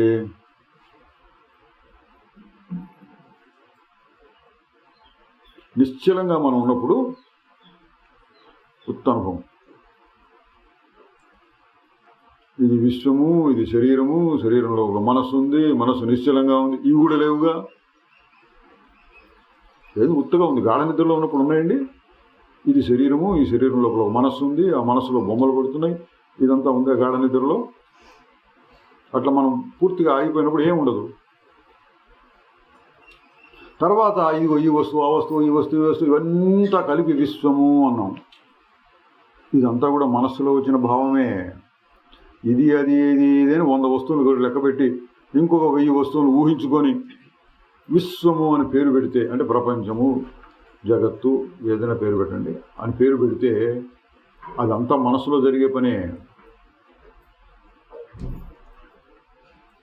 ఇక్కడ మనస్సు అంటే ఏంటి? మళ్ళీ 2 రకాలుగా చెప్పచ్చు అండి. ఒకటి, ఈ శరీరంలో ఉన్న మనస్సు అని మనం మొదలు పెట్టినప్పుడు, అంటే ఇప్పుడు కొంచెం మార్చి చెబుదాం దాన్ని. ఈ శరీరంలో ఉండే మనస్సు ఏమిటి? ఎందుకని? అక్కడ నిశ్చలంగా ఉన్నప్పుడు ఇక్కడ అక్కడ ఈ శరీరం ఆ శరీరం ఏం లేదు, అక్కడ నిశ్చలంగా ఉంది. తర్వాత కొంచెం కథలకు వచ్చినప్పుడు ఈ శరీరము అనిపించింది, ఈ శరీరం ఎదురుకుండా విశ్వము అనిపించింది.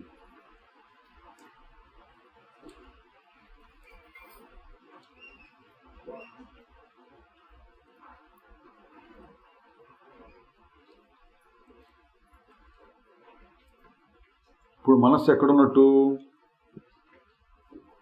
శరీరంలో అందాం. అదే కదా మనకు అనిపించేది స్పష్టం, ఎక్కడో శరీరంలో. శరీరం అనిపించడం కూడా మనస్సులోనే, అది కూడా ఉంది కదండి. నిశ్చలంగా ఉన్నప్పుడు శరీరం అని కూడా అనిపించలేదు, కథలకు వచ్చేప్పుడు శరీరం అనిపించింది, విశ్వం అనిపించింది. ఇప్పుడు ఆ మనస్సు ఎక్కడున్నట్టు?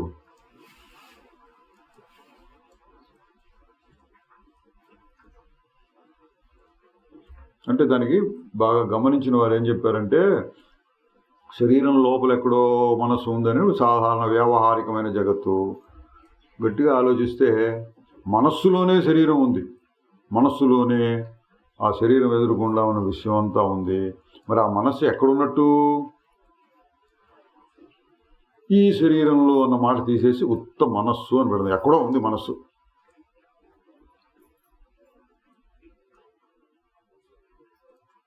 ఎక్కడో ఉంది, తెలుసుకునే శక్తి ఉంది. అట్లా ఆగిపోయినప్పుడు ఏం లేదు.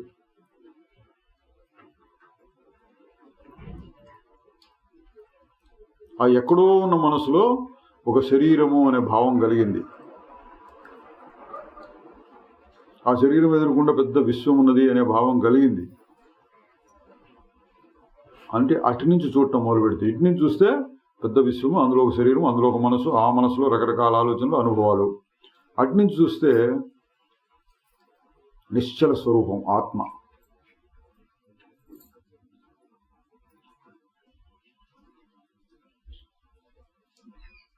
అందులో ఒక చలనం వచ్చింది, అది మనస్సు.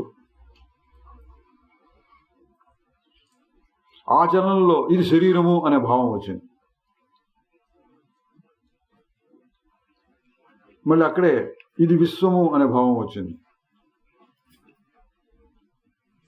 ఈ శరీరం అనిపించడం, ఇది విశ్వం అనిపించడం, రెండూ కూడా మనస్సులో జరుగుతున్నాయి. గమనించాల్సిన విషయం ఏంటంటే, ఇది ఎంత విశ్వం మనసులో జరుగుతుంది కొంతవరకు అర్థమవుతుంది. ఇది శరీరం అనేది కూడా కొంచెం జాగ్రత్తగా చూడాలి. ఇది శరీరము, ఈ శరీరంలో ఉన్న మనస్సు, దానికి అనుభవం కలుగుతుంది. ఇదంతా కలిపి ఒక మనస్సులో జరుగుతోంది అనిపిస్తోంది. అంటే అటువైపు నుంచి చూస్తే ఆత్మ, ఆత్మలో మనస్సు, మనస్సులో శరీరం, శరీరం ఎదురకుండా విశ్వం.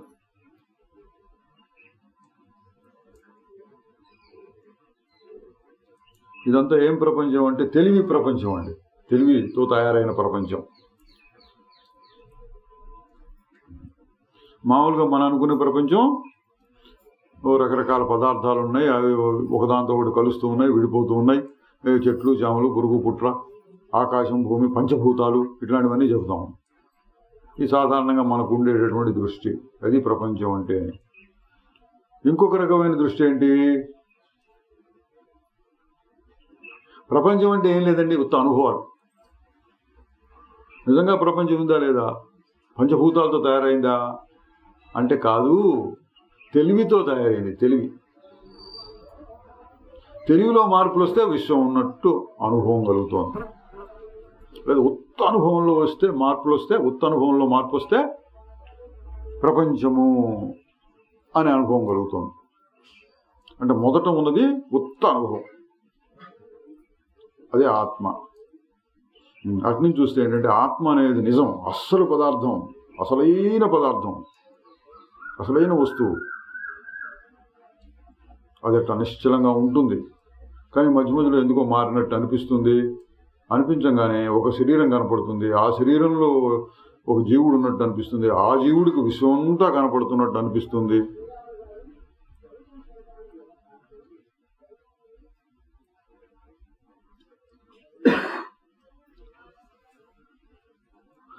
ఇప్పుడు రెండు రకాల సృష్టిలు అన్నారండి. ఇక్కడ రెండు రకాల సృష్టి ఏంటంటే, ఒకటి సామాన్య దృష్టితో చెబితే ఒక పెద్ద విశ్వం ఉంది.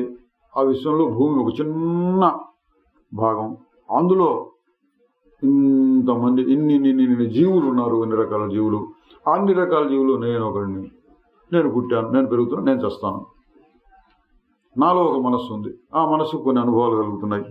ఇది ఒక రకంగా చెప్పడం, ఇది మనకు తెలిసింది, అందరూ అనుకునేటటువంటి పద్ధతి. ఇంకొక పద్ధతి ఏంటంటే, అసలు ఒక ఆత్మ ఉన్నది. ఆత్మ అంటే ఏంటంటే దేవుడు అనుకోండి, పోనీ ఈశ్వరుడు, ఒక శక్తి. దాన్ని తెలివి అందాం, పోనీ తెలివి అనే శక్తి.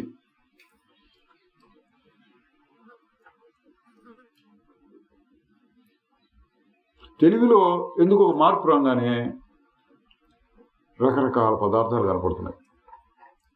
దీనికి మంచి ఉదాహరణ, రుజువు ఏంటంటే కళ. కళలో వచ్చిన పదార్థం దేంతో తయారైందండి? పంచభూతాలతో తయారైందా? అంటే ఆకాశము, నీరు, నిప్పు, భూమి ఇట్లాంటి వాటితో తయారైందా? ఇది కళలో వచ్చిన ప్రపంచం. ఆ సందర్భంలో కళలో ఉన్న ప్రపంచంలో ఎవడైనా మిమ్మల్ని ప్రశ్న వేస్తే, కళలో ఉన్న మనిషి ప్రశ్న వేస్తే నువ్వు ఎట్లా తయారైనావు అంటే నేను మా తల్లిదండ్రుల నుంచి వచ్చాను. సరే, నీ ఎదుర్కొంటే ఏదో చెట్టు ఉంది, అది ఎక్కడి నుంచి వచ్చిందంటే భూమిలో నుంచి పుట్టింది, ఇదంతా పంచభూతములు. అట్లా మనం సమాధానం చెప్పొచ్చు. మెలకు వచ్చిన తర్వాత ఒకసారి ఆలోచిస్తే ఏమొస్తుంది? కళలో ఉన్నటువంటి అనుభవాలన్నీ, కళలో ఉన్నటువంటి ప్రపంచం అంతా ఎట్లా వచ్చింది?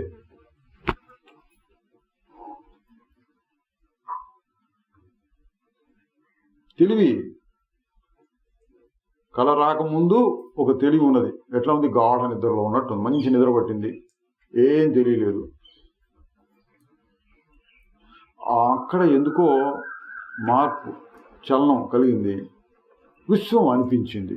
దాన్ని కళ అంటున్నాం మనం. కళలో కనపడినటువంటి విశ్వాన్ని ఎట్లా సృష్టించారు? పంచభూతాలతో సృష్టించారా, లేక ఒక భూతంతో సృష్టించారా? ఏది ఎట్లా సృష్టి జరిగింది అని ఇప్పుడు ఆలోచిస్తున్నాం. కళలో ఆలోచిస్తే అది ఇంకో రకంగా ఉంటుంది. కళలో కూడా ఎవరైనా పండితుడు వచ్చి ఈ కళలో ఉన్నటువంటి వస్తువులన్నీ కూడా పంచభూతాలతో తయారైనాయి అట్లా చెప్పచ్చు. ఇప్పుడు దాని గురించి ఆలోచిస్తే ఎట్లా తయారైనాయి? కళలో ఉన్న వస్తువులు ఎట్లా తయారైనాయి? కళలోని విశ్వం, కళలోని విశ్వం అంతా తెలివితో తయారైంది. తెలివిలో మార్పు, అట్లా ఒక మార్పు వచ్చింది, ఒకటి కనపడింది.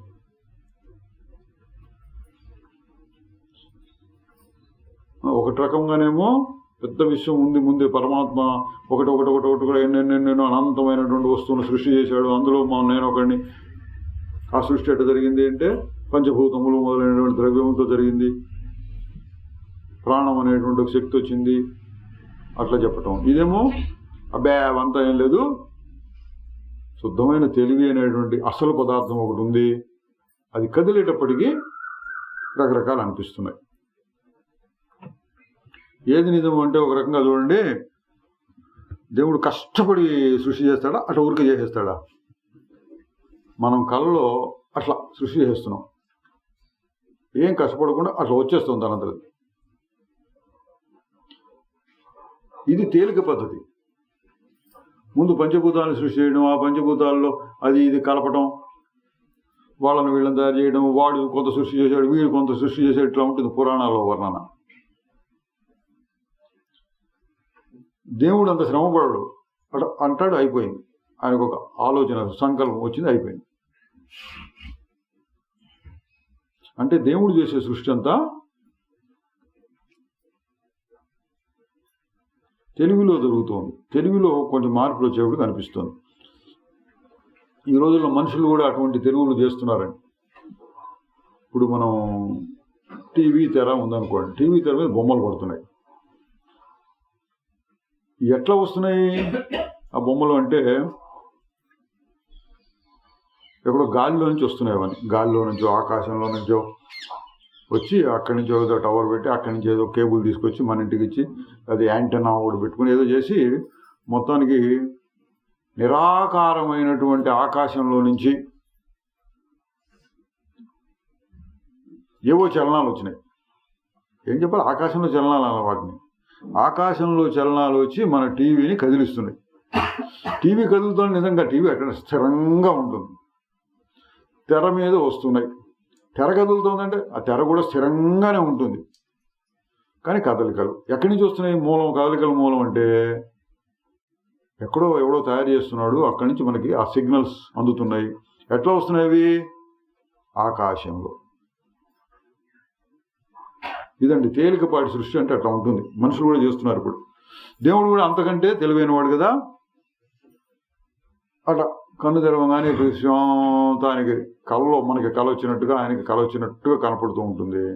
ఆయన కన్ను మూసేస్తే అంతా పోయి మళ్ళీ ప్రళయం. ఇక్కడ దేవుడు అని కూడా ఆత్మ అందాం. ఆత్మ అంటే పరమాత్మ, జీవాత్మ, రెండు రకాలుగా అర్థాలు చెప్తుంటారు. రెండిట్లోనూ సమానంగా ఉండేదని ఆత్మ. తెలివి, ఆ తెలివి శక్తి చేత ఆ తెలివిలో ఒక మార్పు వచ్చినందువల్ల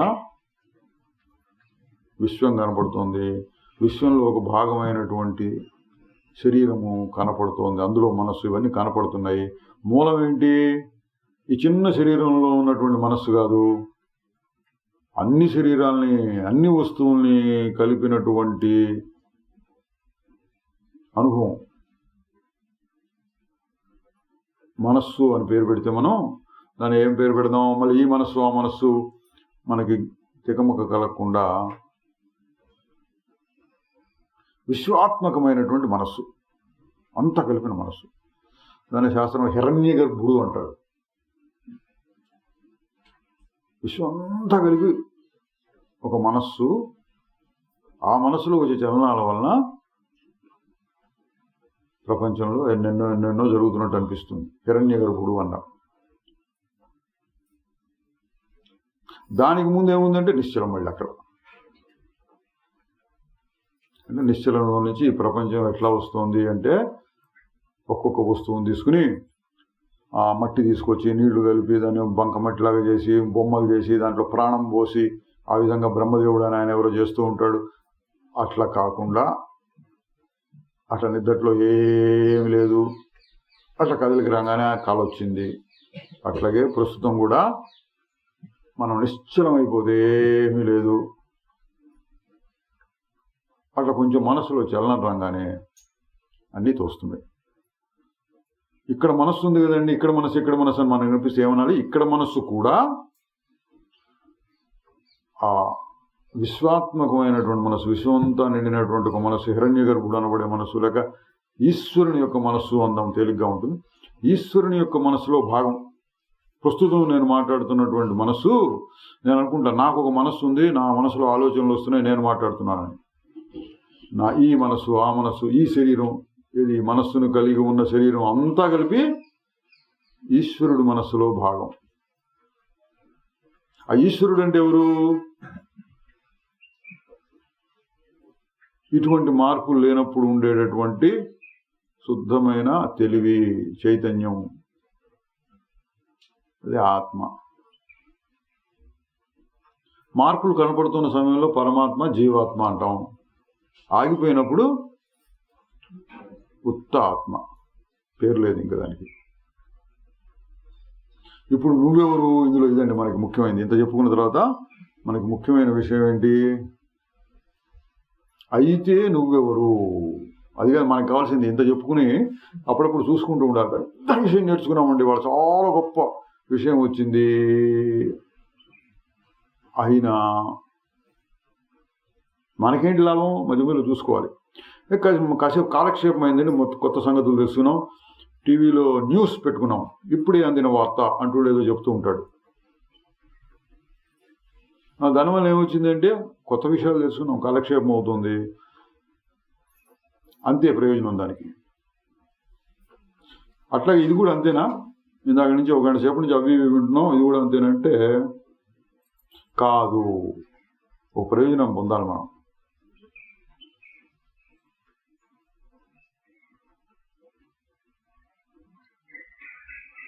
ఈ ప్రపంచం మొత్తాన్ని మనస్సులో కలుగుతూ ఉన్న మార్పులేను, ఆ మార్పులన్నీ వస్తున్నాయి పోతున్నాయి.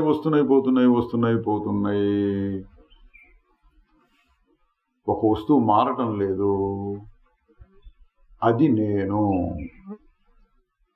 అది నువ్వెట్టవుతాయి కదా, పరమాత్మ కదా. అంటే ఇవి ఇట్లా మనసును పెట్టి ఊహించుకుని అబ్బో ఇంత పెద్ద విశ్వం ఉంది అది ఇది అంటున్నప్పుడు పరమాత్మ, జీవాత్మ అని అర్థం వస్తుంది. అట్లా కాకుండా అంతా ఒక తెలివి ఉంది, ఆ తెలివిలో ఈ మార్పులు వస్తున్నాయి అన్నప్పుడు నేను అన్నా, నువ్వు అన్నా, అందరూ నేను అనుకున్నా, అంతా కలిపి ఒకటే ఆత్మ. అందరిలో ఉన్న తెలివి ఒకటే. అంటే ఇక్కడ వరకు ఒక తెలివి, అక్కడ వరకు ఒక తెలివిని కాదు, ఈ అన్ని తెలుగుల్ని కలుపుకున్నటువంటి తెలివి.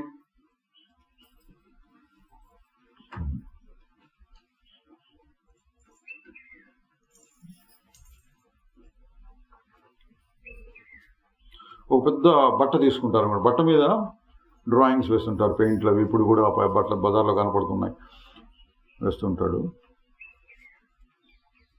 బట్టకి ఏదో పూసి దాన్ని కొంచెం గట్టిగా చేసి, పూర్వం కూడా చేసేవాడు, గంజి అట్లాంటి పెట్టి గట్టిగా చేసి దాని మీద ఏదో బొమ్మలు వేసి దాని రంగులు అది అద్దుతుండేవాడు.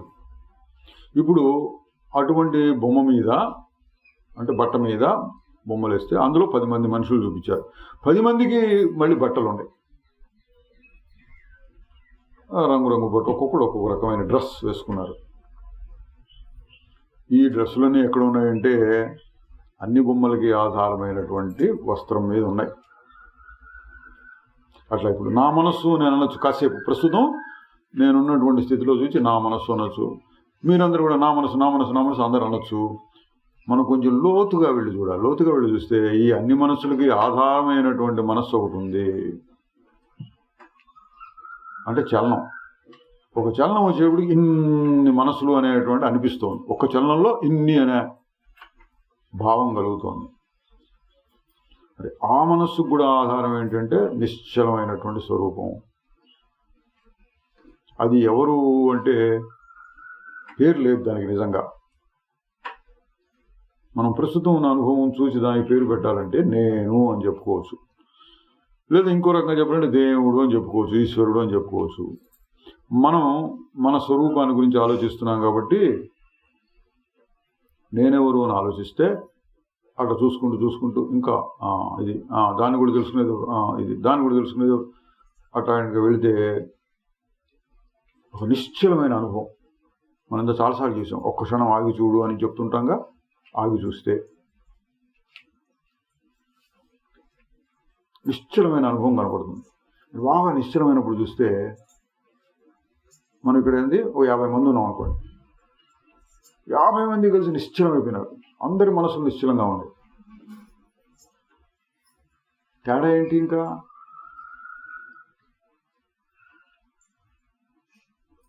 నా శరీరము నా మనస్సు అన్నప్పుడు తేడాలు ఉంటాయి. అట్లా ఆగిపోయినారు అనుకోండి, అందరూ నిశ్చలంగా ఆగిపోతే ఒక అనుభవం, అందరిలోనూ అదే అనుభవం.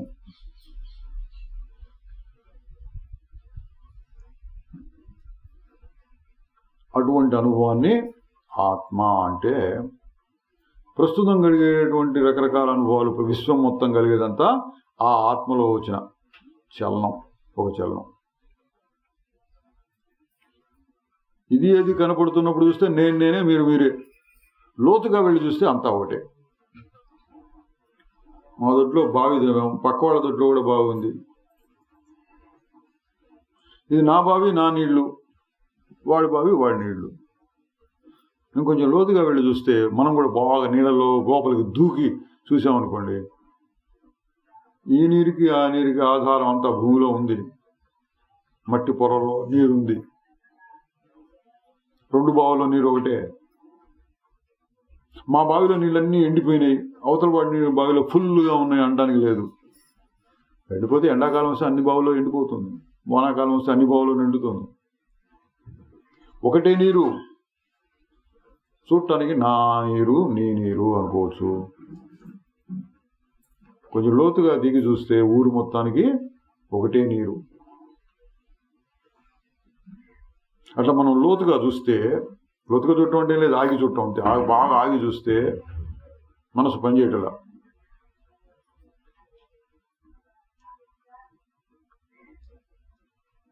అది ఉత్త అనుభవం. నేను అని పేరు పెట్టచ్చు, అందరూ అని పేరు పెట్టచ్చు, దేవుడు అని పేరు పెట్టచ్చు. అసలు ఏం పెట్టాలి? ఏ పేరు లేకుండా అట్ట ఉత్త అనుభవంగా ఉంటే ఇంకా మంచిది. చెప్పుకోవడం కోసం బోధ సౌకర్యార్థము అంటారు. చెప్పడం కోసం ఏదో పేరు పెట్టి చెప్తూ ఉంటారు. ప్రస్తుతం నేను అందాం దాన్ని. ఆ అనుభవం నేను చెప్తున్నాడు. అష్టావక్రుడు చెప్తున్నాడు కాబట్టి నువ్వు అన్న మాట వాడి చెప్తున్నాడండి.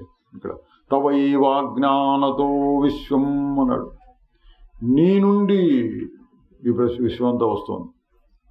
నీ నుండి అంటే నీ యొక్క అజ్ఞానము నుండి అన్నాడు. అజ్ఞానం అంటే ఏంటి? అబ్బా ఏదో అనుపడుతుంది, అసలు నేనే ఉన్నాను, నాలో మార్పు లేదు, పైపైవన్నీ వస్తున్నాయి పోతున్నాయి అంటే జ్ఞానం. అట్లా కాకుండా నేను లేను, ఈ వస్తువులన్నీ వస్తున్నాయి పోతున్నాయి, ప్రపంచం నిజం, ఇన్ని వస్తువులు ఉన్నాయి, ఆ వస్తువులు ఇది మారుతుంది, మార్పులు వస్తున్నాయి, పనులు జరుగుతున్నాయి, సుఖ దుఃఖాలు కలుగుతున్నాయి అని అట్లా చూస్తే అది నానాత్వం, రకరకాలుగా ఉంటుంది. ప్రపంచం విశ్వం నిజం అనిపిస్తుంది. ఇంకొక రకంగా చూస్తే అవన్నీ వస్తున్నాయి పోతున్నాయి, వాటికి నిజమైనటువంటి ఉనికి లేదు. నిజమైన ఉనికి ఏంటి అని మనం విచారణ చేసుకుంటూ పోతే ఇంకా లోపలికి వెళ్ళాము. అక్కడ మనకి నిజమైన వస్తువు, మార్పు లేని వస్తువు కనపడింది. అదే నేను. అందులో మార్పు వస్తే విశ్వం వస్తుంది. ఇప్పుడు మనం ఇందాక చెప్పుకున్నది నాయితే నాకేమిటి అని మనం ప్రశ్న వేసుకొని చూస్తే మనకేంటి దాని లాభం అంటే, నేను మారని స్వరూపము ఈ విశ్వం అంతా నా తెలుగు యందు అట్టట్ట తోస్తోంది. నేను టీవీ తెరలాగా ఉన్నాను, ఈ విశ్వం అనేది బొమ్మల్లాగా ఉంది.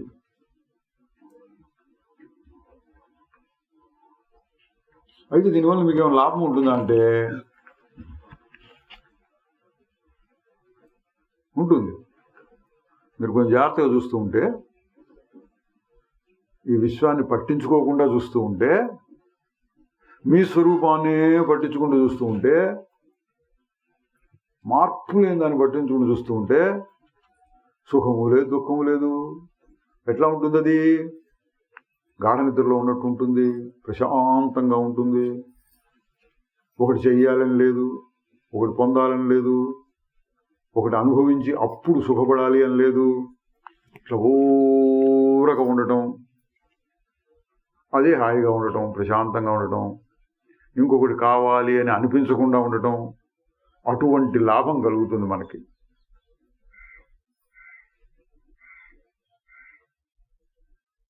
అందుకని మనం దీన్ని అధ్యయనం చేస్తున్నాం, లోతుగా చూస్తున్నాం.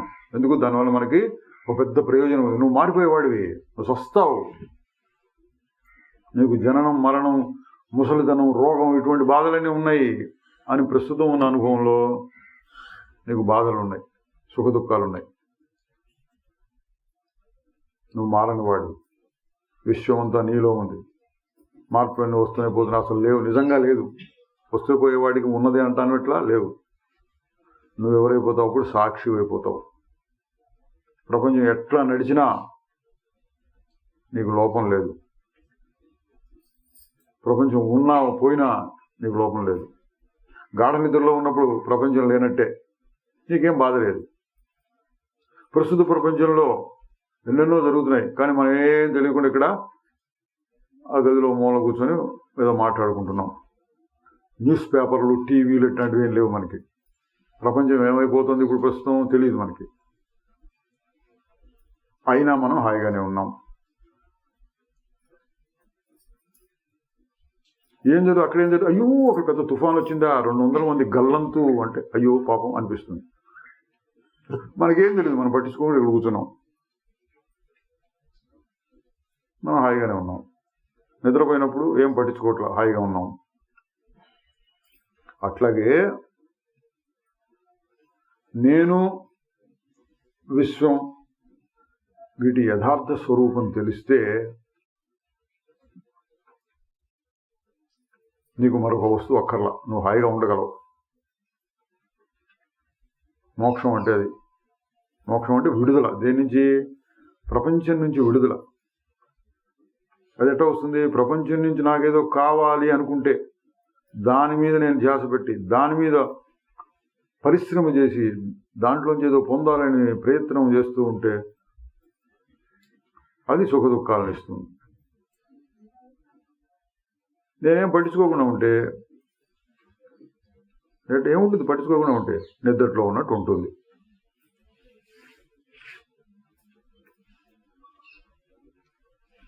అటువంటి స్థితి కుదురుతుందండి, కుదురుతుంది అది చెప్తున్నారు అనమాట.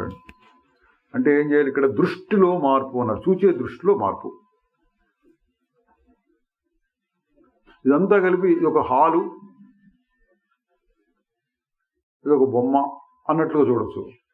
లేకపోతే ఈ హాల్ ఒక్కొక్కరిని లెక్క పెట్టి 1 2 3 1 2 3 4 5 6 7 50 మంది ఉన్నారండి, వీరి పేరు ఫలానా ఫలానా ఊరు నుంచి వచ్చారు, వీరు వేసుకున్న బట్టలు ఈ రంగు ఉంది, ఇట్లా చూసుకుంటూ పోతే ఇది నానాత్వం, రకరకాలుగా చూడటం. ఇంకో రకంగా చూస్తే అంతా ఉంది, ఏదో దృశ్యం కనపడుతోంది. ఇప్పుడు కళ్ళు తెరుచుకొని చూస్తే ఏదో కనపడుతోంది అన్నట్లుగా కూడా చూడవచ్చు. చూసే దృష్టిలో మార్పు అంటే ఒక్కొక్క రకంగా దృష్టిలో చూడవచ్చు.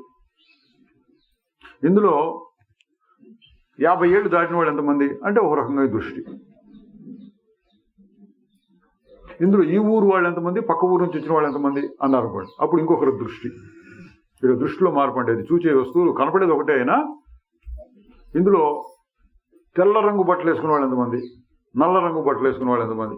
ఈ దృష్టిలో మార్పు. ఏ దృష్టితో చూస్తే అది కనపడుతుంది. అట్లా ప్రపంచంలో నాకు కావాల్సింది ఏంటి, ఇది, అది వద్దు వద్దు అది వద్దు, ఇది కావాలి. ఏది మనకు సుఖం ఇస్తుంది, ఏది మనకు దుఃఖం ఇస్తుంది, సుఖం ఇచ్చేదాన్ని ఎట్లా పొందగలం, దుఃఖం ఇచ్చేదాన్ని ఎట్లా వదిలించుకోగలం, ఇది ఒక దృష్టి. అంటే ప్రపంచం నుంచి నువ్వేదో ఆశిస్తూ ఏదో పరిశ్రమ చేసి కావాల్సిన దాన్ని పొందటం, వద్దనుకున్న దాన్ని వదిలించుకోవటం, ఇది పరిశ్రమ, నిరంతర పరిశ్రమ, పోరాటం. ఇది విశ్వంతో పోరాటం. నేనున్నాను, విశ్వం ఉంది, విశ్వానికి నాకు తేడా ఉంది, విశ్వంతో పోరాటం. ఎందుకు విభాగం చేశాం, నేను విశ్వం విభాగం చేశాం రకరకాలు. ఇంకొక దృష్టి ఏంటి, అంతా ఒక తెలివి. ఈ శరీరం అనిపించడం కూడా తెలివిలో భాగం, ఇందులో ఒక మనస్సు ఉంది అనిపించడం కూడా ఆ తెలివిలో భాగం. ఇది మంచి అనిపించడం తెలివిలో భాగం, ఇది చెడు అనిపించడం తెలివిలో భాగం. మరి అసలైన తెలివి ఎట్లా ఉంటుంది, ఏ భాగములు లేకుండా ఉంటుంది, అటు ఊరకుంటుంది, గాఢ నిద్రలో వలె. గాఢ నిద్రలో ఉంటుంది సరే, ఇప్పుడు ఉంటుందా, ఇప్పుడు కూడా. ఇందాక చూసాం కదండి, పట్టించుకోకుండా చూస్తే శబ్దాలు వస్తూ ఉన్న సమయంలో కూడా నిశ్శబ్దం. ఏ అక్షరానికి ఏ అర్థం ఉంది, ఏ మాటకి ఏ అర్థం ఉంది, ఈ వాక్యానికి ఏమర్థం ఉంది, ఇదొక దృష్టి.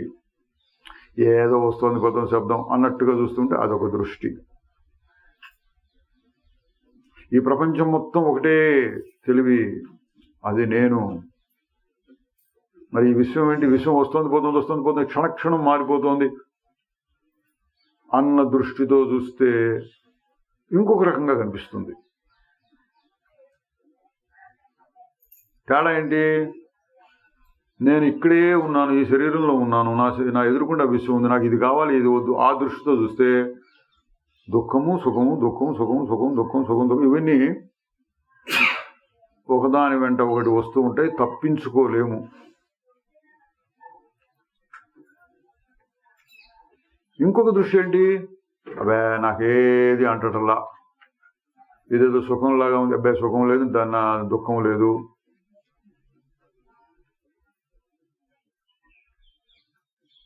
నీకేదో అవుతుంది, నాకేమీ కావటం లేదు. అబ్బాయి ఎన్ని ఆలోచనలు వస్తున్నాయి, నాకేం అంటటం లేదు. ఇక్కడ ఇంతమంది ఉన్నారు కదండి, ఇంతమంది ఉన్నారా అని కూడా అనిపించడమే. కాసేపు ఉంటే అది ఉండదు, కాసేపు ఉంటే ఎవరిదో అని వాళ్ళు వెళ్ళిపోతారు, అప్పుడు ఏకాంతం మళ్ళీ ఎవరికి వాడే. అది అంటదు, ఇది అంటదు. ఇవన్నీ బొమ్మలు లాంటివి. తెలివియను తెరయందున తీరకుండ జగము మాయ బొమ్మల వోలె తోచుచుండా. జగత్తంతా విశ్వం అంతా బొమ్మల్లాగా, టీవీ తెర మీద బొమ్మల్లాగా కనపడుతుంటే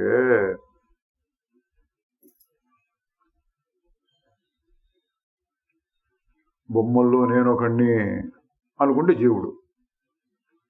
ఈ బొమ్మలన్నీ ఎక్కడ పడుతున్నాయో ఆ తెలివి నేను అనుకుంటే శుద్ధ చైతన్యం, ఆత్మ, పరమాత్మ.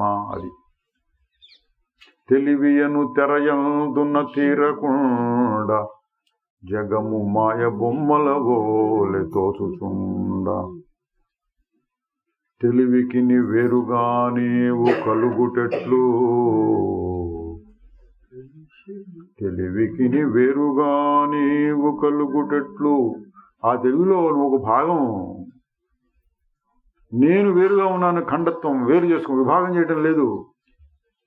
ఇప్పుడు ప్రస్తుతం నేను అనేది శరీరం మనసును చూసుకొని నేను ఒక వ్యక్తి. ఈ వ్యక్తి కూడా నిజమైన వ్యక్తి కాదు, అఖండమైన ఆత్మ అయింది. ఈ వ్యక్తి కూడా ఒక భాగం. ఇది అది ఇది ఇది అన్ని కలిపి అందులో ఒక భాగం. అప్పుడు ఎట్లా ఉంటుంది, నాకు కావాల్సింది లేదు, వదిలించుకోవాల్సింది లేదు. మరి నీకు సుఖం ఎట్లా వస్తుంది, సుఖం కావాలని కదా మనం ఏ పని చేసినా అంటే, ఊరకుంటేనే నాకు సుఖం ఉంది, ఏం లేకపోయినా సుఖం ఉంది. ఏ విశ్వం లేనటువంటి గాఢ నిద్ర లాంటి స్థితిలో నాకు సుఖమే ఉంది. మనట నిశ్చలంగా ఆగిపోతే మనస్సు అప్పుడు సుఖం ఉంది. మరి ఈ ప్రపంచాన్ని కలుపుకొని అందులో ఇది ఉంటే బాగుంటుంది, అది ఉంటే బాగుంటుంది, ఇది ఉంటే బాగలేదు, ఇట్లా ఉండగాలి, ఇట్లా ఉండాలి, ఇట్లా ఉండాలి, అట్లా ఉండకూడదు, అట్లా ఉండకూడదు, ఈ గోలంతా ఎందుకు?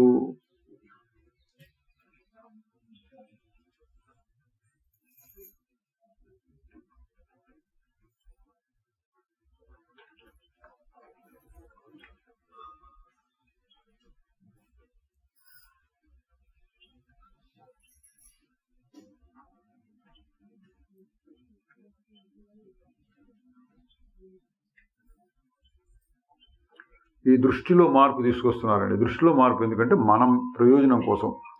ఇది యథార్థమైనటువంటి దృష్టి. యథార్థం అనేది ఎందుకు అంటున్నాం అంటే, నేను మారిపోతున్నాను అని చెప్పుకోవడం మనకే ఇష్టం లేదు. నేను మారిపోతున్నా అంటే ఇక మరి సుఖమేవుడికి, దుఃఖమేవుడికి, బంధమేవుడికి, మోక్షమేవుడికి. పుట్టినప్పుడు ఉన్నాను, 5 ఏళ్ళప్పుడు, 10 ఏళ్ళప్పుడు, 15 ఏళ్ళప్పుడు, 20 ఏళ్ళప్పుడు, ఇప్పుడు ఉన్నాను, నేను మారటం లేదు. అది నా అనుభవం. మారిపోతున్నాను అనిపిస్తూ ఉంటుంది, అది కూడా ఒక అనుభవం. అది విశ్వంలోనిది. ఈ రెండు కలిపి చూస్తే ఏంటంటే, మారిపోతున్నాను అనుభవం పొరపాటు. పైపైన వచ్చిన వాటిని కలుపుకుని నేను మారిపోతున్నాను అనిపిస్తుంది. కొంచెం విచారణ చేసి చూస్తే నేను మారటం లేదు.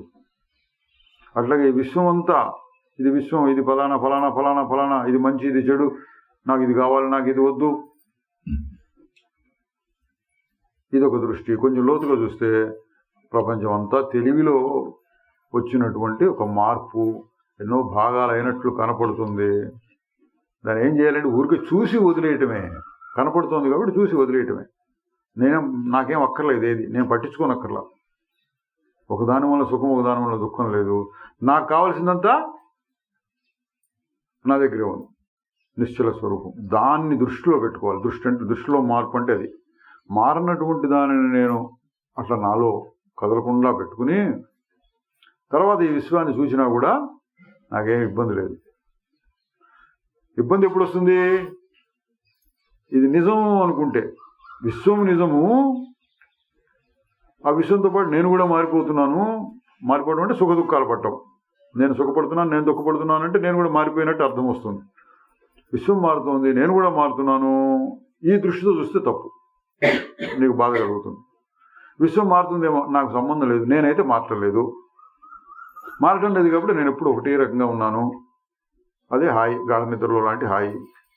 ఈ దృష్టితో చూస్తే నువ్వు మోక్షం బయటపడతావు వాటిలో నుంచి.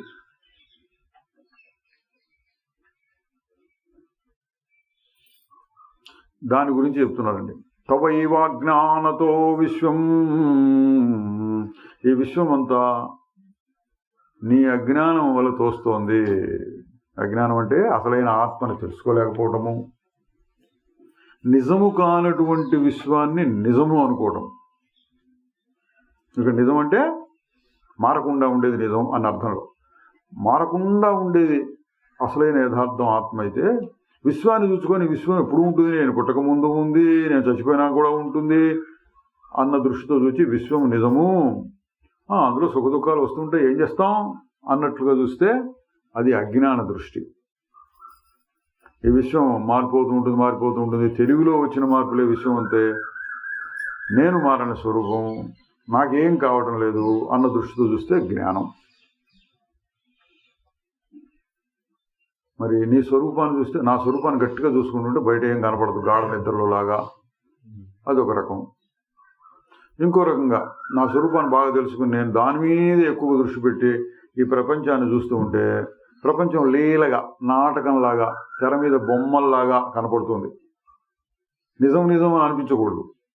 ప్రపంచం కనపడవచ్చు, ఎందుకు మనం అసలు ప్రపంచమే కనపడకుండా అట్లా కళ్ళు మూసుకొని మనస్సును కూడా మూసేసి రాయి రప్పలాగా నిర్వికల్ప సమాధిలో ఉండాలి, అది కాదు. ప్రపంచం కనపడుతూ ఉంటుంది, కనపడవచ్చు, నాకేం కాదు దానివల్ల. ఆ కనపడే ప్రపంచం వల్ల, అట్లా మారుతూ ఉండే ప్రపంచం వల్ల నాకేమి లాభం కానీ నష్టం కానీ లేదు అని తెలుసుకుంటూ ఉంటే, ఆ దృష్టితో చూస్తూ ఉంటే నీకు సుఖం, హాయ్. ఏంటి రెండు కలిపి చెప్తే ఏంటండి, నేను మారటం లేదు, అదంతా మారిపోతుంది, దానికి నాకు నిజమైన సంబంధం లేదు. ఇది జ్ఞానం. ఈ ప్రపంచం అంతా ఉంది, అది నిజం, అందులో నేను ఒక భాగం. ఈ ప్రపంచంలో నేను ఉన్నందువలన సుఖ దుఃఖాలని నేను తప్పించుకోలేను. ఇది అజ్ఞానం. బంధం కలిగిస్తుంది. దృష్టిలో మార్పు చేసి ఇది నిజం అంటే నేను నిజం, ప్రపంచం అసత్యం మారిపోతుంది, వచ్చిపోతూ ఉంటుంది. అది కనపడకుండా పోయినా మంచిదే, కనపడుతోంది కానీ నాకు అంటట్లేదు, దాని రహస్యాన్ని నేను తెలుసుకున్నాను, నాకేం కాదు అని. ప్రపంచం ఉన్నా నాకేం కాదు అనే రహస్యాన్ని తెలుసుకుంటే, దృష్టిలో మార్పు వస్తే నాకు హాయిగా ఉంటుంది.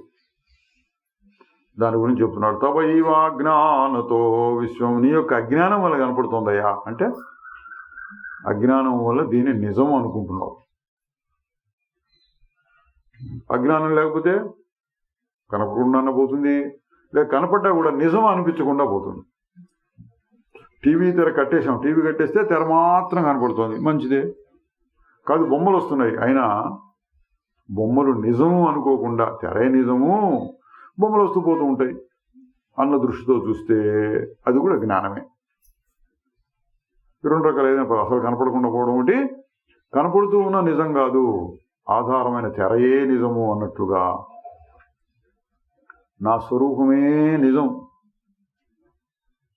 అది మారదు. ప్రపంచం గాఢ నిద్రలో తోచనే తోచదు, ఇప్పుడు తోస్తోంది కానీ నన్నేం చేయలేదు. అది అందులో ఎన్ని మార్పులు వచ్చినా నాకేం కాదు. ఏ దృష్టితో? శరీర దృష్టితో కాదు. శరీర దృష్టి చెప్తే ఆ మార్పులు శరీరాన్ని ఏదో చేస్తాయి. శుద్ధమైన ఆత్మ మారని స్వరూపం నేను అన్న దృష్టితో చూస్తే ఎక్కడ ఎన్ని మార్పులు వచ్చినా అంటే వచ్చినట్టు కనపడ్డా నాకేమీ కాదు. ఏమి మారక ఎరుగు సాక్షి.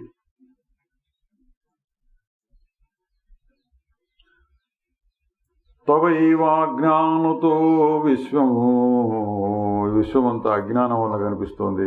మరి ఏది అసలు నిజం అంటే త్వమేక పరమార్థత, పరమార్థంలో నువ్వు ఒక్కడవే ఉన్నావు. ఇప్పుడు దాకా చెప్పుకున్న దాని సారాంశం ఇందులో వచ్చేసిందండి.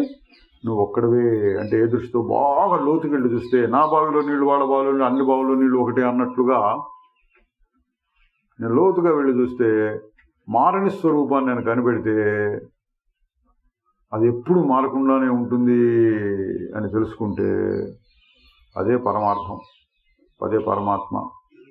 అన్నిటికంటే చివరగా మెట్టు జ్ఞానం. అంతకు మించిన జ్ఞానం లేదు. పరమార్థం. త్వమేక పరమార్థత, అటువంటి పరమార్థ స్వరూపం నువ్వే అని గురువుగా చెప్తున్నాడు. ఎవరు చెప్తున్నారండి? జనక మహారాజు చెప్తున్నాడు అనుకోండి.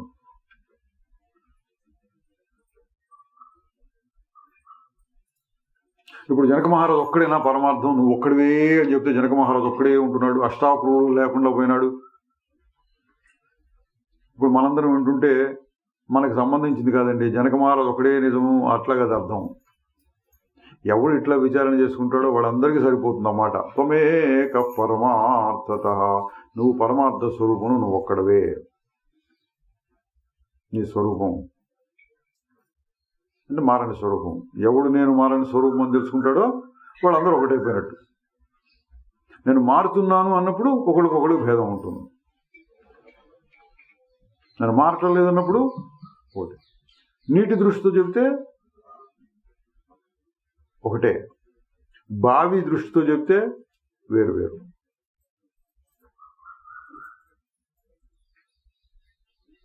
ఇక్కడ త్వమేక పరమార్థత, నువ్వు ఒక్కడివే పరమార్థము అంటే ఏ దృష్టితో చెప్పినట్టు? శరీరం దృష్టితో కాదు. శరీరం దృష్టితో చూస్తే వేరు వేరు వేరు వేరు వేరు వేరు. లోపల ఉన్న మనస్సుల దృష్టితో చూసినా వేరు వేరు వేరు వేరు. ఈ రెండిటికి మూలమైనటువంటి మనస్సు, అందరికీ మూలమైనటువంటి మనస్సు, ఆ మనస్సుకు మూలమైనటువంటి శుద్ధ చైతన్యం. ఆ దృష్టితో చెప్తే నువ్వు నిజంగా నువ్వు అన్న మాట వాడక్కర్లేదు, కానీ బోధిస్తున్నాడు, శిష్యుడికి బోధిస్తున్నాడు కాబట్టి నువ్వు అన్న మాట వాడుతున్నారు. నాకు నేను చెప్పుకున్నప్పుడు నేనే పరమార్థం అని చెప్పుకోవచ్చు. ఎదురుకుండా వెళ్ళకపోతే నువ్వే పరమార్థం చెప్పొచ్చు, అందరం కలిసి చెప్పుకుంటే అందరూ పరమార్థమే అని చెప్పొచ్చు. అసలు విషయం ఏంటంటే ఏం అనకూడదు, ఉత్తగా ఏదో ఉంది అంతే. తత్వోన్యో నాస్తి సంసారే నా సంసారీ చ కశ్చన. నీకంటే వేరుగా సంసారీ లేడు, అసంసారీ లేడు. సంసారి అంటే సంసారము కలవాడు అంటే, సంసరణం అంటే ఇక్కడ పుట్టడం చావడం అనేటువంటి జనన మరణ చక్రం, అది సంసారం అంటే. పుట్టడం, సంసరణం అంటే తిరగటం. అట్లా జీవుడు అనుకోండి దాని అర్థం. నీకంటే వేరుగా జీవుడు ఎవడు లేడు, నీకంటే వేరుగా జీవం లేనివాడు, సంసారి కానివాడు వాడు ఎవడు లేడు. సంసారి కానివాడు ఎవడు? సంసారి కాడు, సంసారి లేకపోవడం లేదు అంటే ఈశ్వరుని యొక్క దృష్టి అనమాట. ఈశ్వరుడికి సంసారం ఉందా అంటే ఉంది, కానీ ఆయనకేం పట్టదు. ఆ దృష్టితో చెప్తే సంసారం ఉన్నవాడు లేనివాడు రెండు కూడా. ఆ రెండు లేనివాడు మళ్ళీ ఇది భాష రకరకాలుగా చెప్పాల్సి ఉందండి, వర్ణన అనమాట అండి. అస్సలు ఒకటైన పదార్థాన్ని చెప్పడం కోసం ఇక్కడ ఏం చెప్తున్నారు, నీకంటే వేరుగా మరొక సంసారి లేడు అంటే అందరు జీవులు నువ్వే అని చెప్తే. సంసారి కానివాడు అంటే ఈశ్వరుడు, ఆయన లేడు, ఎవరు లేరు. మరి ఏముంది, ఒకటే ఉంది. మరి నువ్వు అన్నమాట ఎందుకు వాడుతున్నారు అంటే, ఈ నేను నువ్వు అన్న స్థితిలో ఉన్నవాడిని పైకి తీసుకెళ్ళడం కోసం ఆ మాట వాడితే, నువ్వు అదే అసలు అనాలి. అది అన్నదాన్ని తెలుసుకున్న తర్వాత ఇక నేను నువ్వు అనే మాటలు ఉండవు, అవసరం లేదు. ఇక్కడ ఉన్నవాడిని అక్కడ తీసుకెళ్ళడం కోసం ఇటువంటి భాష వాడాల్సి వస్తుంది. నువ్వు మాలని స్వరూపం, సంసారివి కాదు, అసంసారివి కాదు.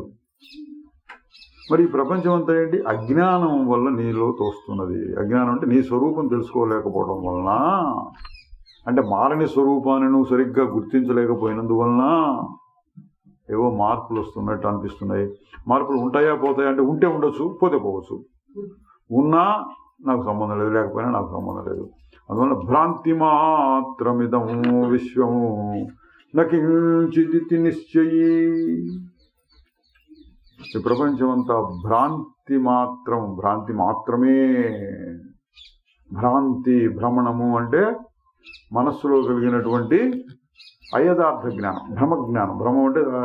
భ్రమణము అంటే తిరగటం. మామూలుగా మనం తల తిరిగింది అంటారు చూడండి, తల తిరుగుతోంది, తల తిప్పు వచ్చింది అంటారు. దాన్ని ఆయుర్వేదంలోను సంస్కృతంలో భ్రమణము అంటాడు పేరు, తిరగడం. అదొక రోగం. అటువంటిది అనమాట. ఇక భ్రమ వలన, భ్రాంతి వలన అంటే యథార్థం తెలియకపోవటం వలన కళ్ళు తిరిగితే ఏమవుతుంది, ఇక్కడ నిశ్చలంగా ఉన్నటువంటి గది మనుషులందరూ కూడా తిరిగిపోతున్నట్లు అనిపిస్తుంది. అట్లా భ్రమ వలన, భ్రాంతి వలన నీ యందు ప్రపంచము కనపడుతూ ఉన్నది. కానీ ప్రపంచం ఏమీ లేదు అని నిశ్చయించుకో అన్నాడు. నిశ్చయం కలగాలి. నీ భయం పోవాలంటే ఏం చేయాలి? నేను మారట్లేదు, దానికి సహకారి అయిన జ్ఞానం, దానికి వ్యతిరేకం కాదు, దాంతో కలిసిపోయేటటువంటి జ్ఞానం ఏంటంటే, నేను మారటం లేదు, ఇదంతా నకించిత్, ఏం లేదు, ఇది ఎంత మారిపోతుంది. నకించిదితి నిశ్చయీ నిర్వాసన స్ఫూర్తి మాత్రో నకించిదివశాంయతి. వాసనలు పోయినవాడై స్ఫూర్తి మాత్రం, ఆ స్ఫురణ, శుద్ధ చైతన్యం అట్లా అనిపిస్తూ ఉంటుంది నేనది అని. అది మాత్రం కలిగిన వాడై నకించిది వశామ్యతి, ఏమీ లేనట్లుగా అయిపోతాడట. శామ్యతి అంటే శమించిపోతాడంటే ప్రశాంత స్థితిలోకి వస్తాడు, చచ్చిపోతాడని కాదు. ఏ జ్ఞానం వలన? ఈ రెండిట్లో కలిపి చెప్పాడు. ప్రపంచం భ్రాంతి మాత్రము, ఉన్నదనే భావన చే ఉండునట్టిది, ఉనికేదని తరచి చూడ ఉత్తదైపోవునది. మరి ఎందుకు నిజం అనిపిస్తున్నది అంటే, ఏదో ఒక మాయ కలిగిందండి. ప్రపంచం తాడు మీద పాము అంటాం, ఇట్లా ఉదాహరణలు అయిపోయింది. ఇంద్రజాలికుడు లేని దానిని ఉన్నట్టు ఉన్నదానిని లేనట్లు తోపింపజేస్తున్నాడు. అది భ్రమ, భ్రాంతి కలిగిస్తున్నాడు.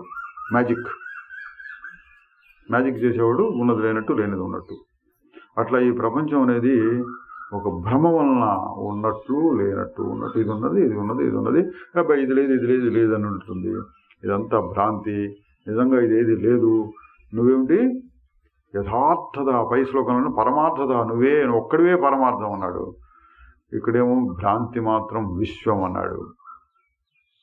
ఈ రెండు జ్ఞానాలు చెప్పాడు. అక్కడ ఒకటి ఇక్కడ రెండు కలిపి చెప్పారు. రెండిట్లో ఏదైనా సరే మనం గట్టిగా పట్టుకుంటే రెండోది వచ్చేస్తుంది, దానంతా వచ్చేస్తుంది.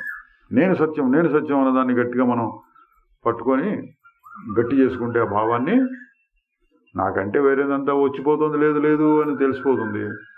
లేదా ఇక్కడ మొదలుపెట్టి ఇదే ప్రపంచం లేదు భ్రాంతి మాత్రం అబ్బే వస్తుంది పోతుంది ప్రతిక్షణం మారిపోతుంది కదా. అయితే ఏది మారకుండా ఉంది, దీనికి ఆధారమైంది ఏదో ఒకటి ఉంది, అది ఎట్లా ఉంటుంది అని చూస్తే నేను. కాబట్టి రెండు ఒకదానికొకటి వ్యతిరేకం కాదు, రెండు రకాల జ్ఞానం అన్నట్టు కనిపిస్తుంది పైకి. బ్రహ్మసత్యం, జగన్మిథ్య రెండు మాటలు చెప్తారు. గట్టిగా చూస్తే బ్రహ్మసత్యం అని అర్థమైతే జగత్ మిథ్య అని వచ్చేసినట్టే. జగత్ మిథ్య అని బాగా అర్థమైతే బ్రహ్మసత్యం అంటే నేను సత్యం అని వచ్చేసినట్టే. ఈ రెండు అనుకున్నా మంచిదే, రెండింటినీ కలిపి ఉపయోగించుకోవచ్చు. ఫైనల్గా మనకు కావాల్సింది ఏంటి?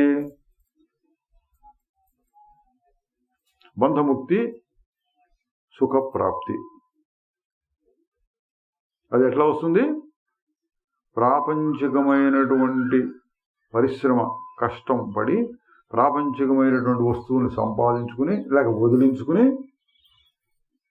దుఃఖాన్ని వదిలించుకుని సుఖాన్ని పొందుతాను అనేది ఒక దృష్టి అయితే, ఇప్పుడు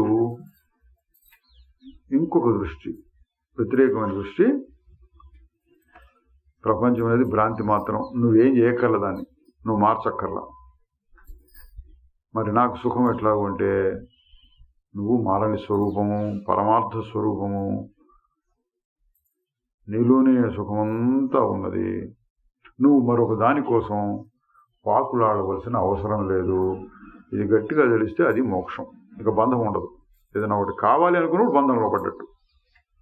నాకేం అవసరం లేదు, నాకు కావాల్సింది నా దగ్గరే ఉన్నది అంటే మోక్షంలో పడ్డట్టు.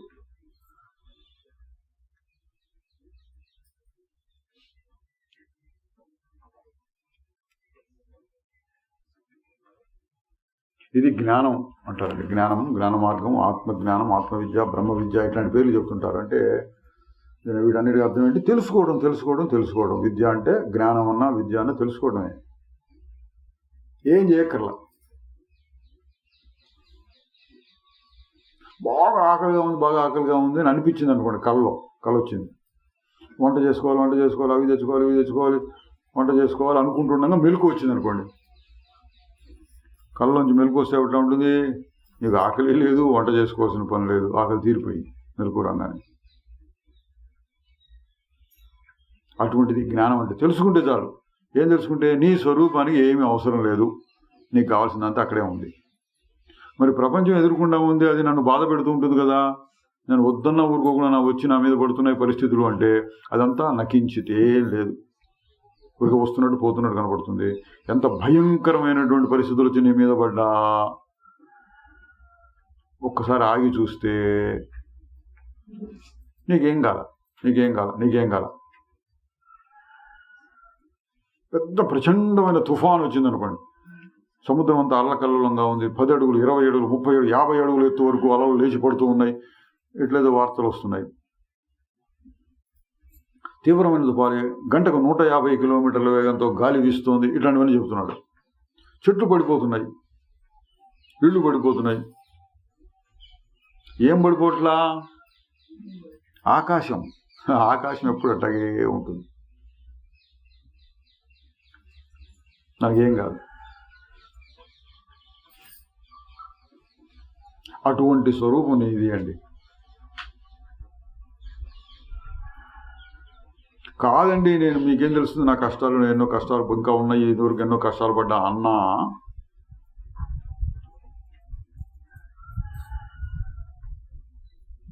అది కూడా మన అనుభవంలో ఉన్నది. నేను కష్టాలు పడ్డాను కదండి అన్నప్పటికీ ఒక్కసారి ఇప్పుడు ఆగి చూడు, ఏమైంది నీకు అంటే దాని అర్థం ఏమొస్తుంది? కష్టాలు వచ్చినట్టు నేను కష్టపడ్డట్టు అనిపించింది కానీ నాకేం కాలా. అంటే ప్రపంచం వచ్చి ఎంత భయంకరంగా మీద పడుతున్నా నేను ఆకాశంలాగా ఉన్నాను, నాకేం కావట్లా. ఇది జ్ఞానం. తెలుసుకుంటే చాలు, తెలుసుకుంటే చాలు, తెలుసుకుంటే చాలు. తెలుసుకో సుఖపడు.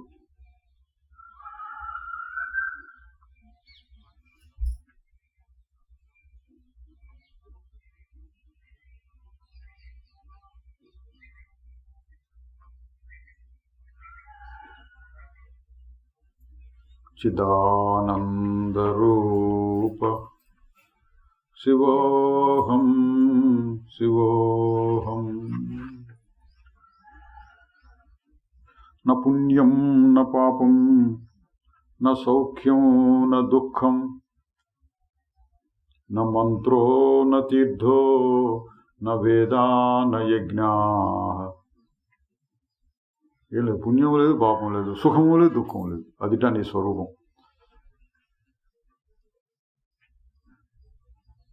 చిదానందరూప. ఎప్పుడు ఆనందంగా ఉంటాం. చిత్ ఆనందం, చైతన్యంలోనే ఆనందం ఉంది. తెలుసుకోవడంలోనే, ఉత్తగా తెలుసుకోవడంలో ఆనందం ఉంది. అది నేను. చిదానందరూప శివోహం శివోహం.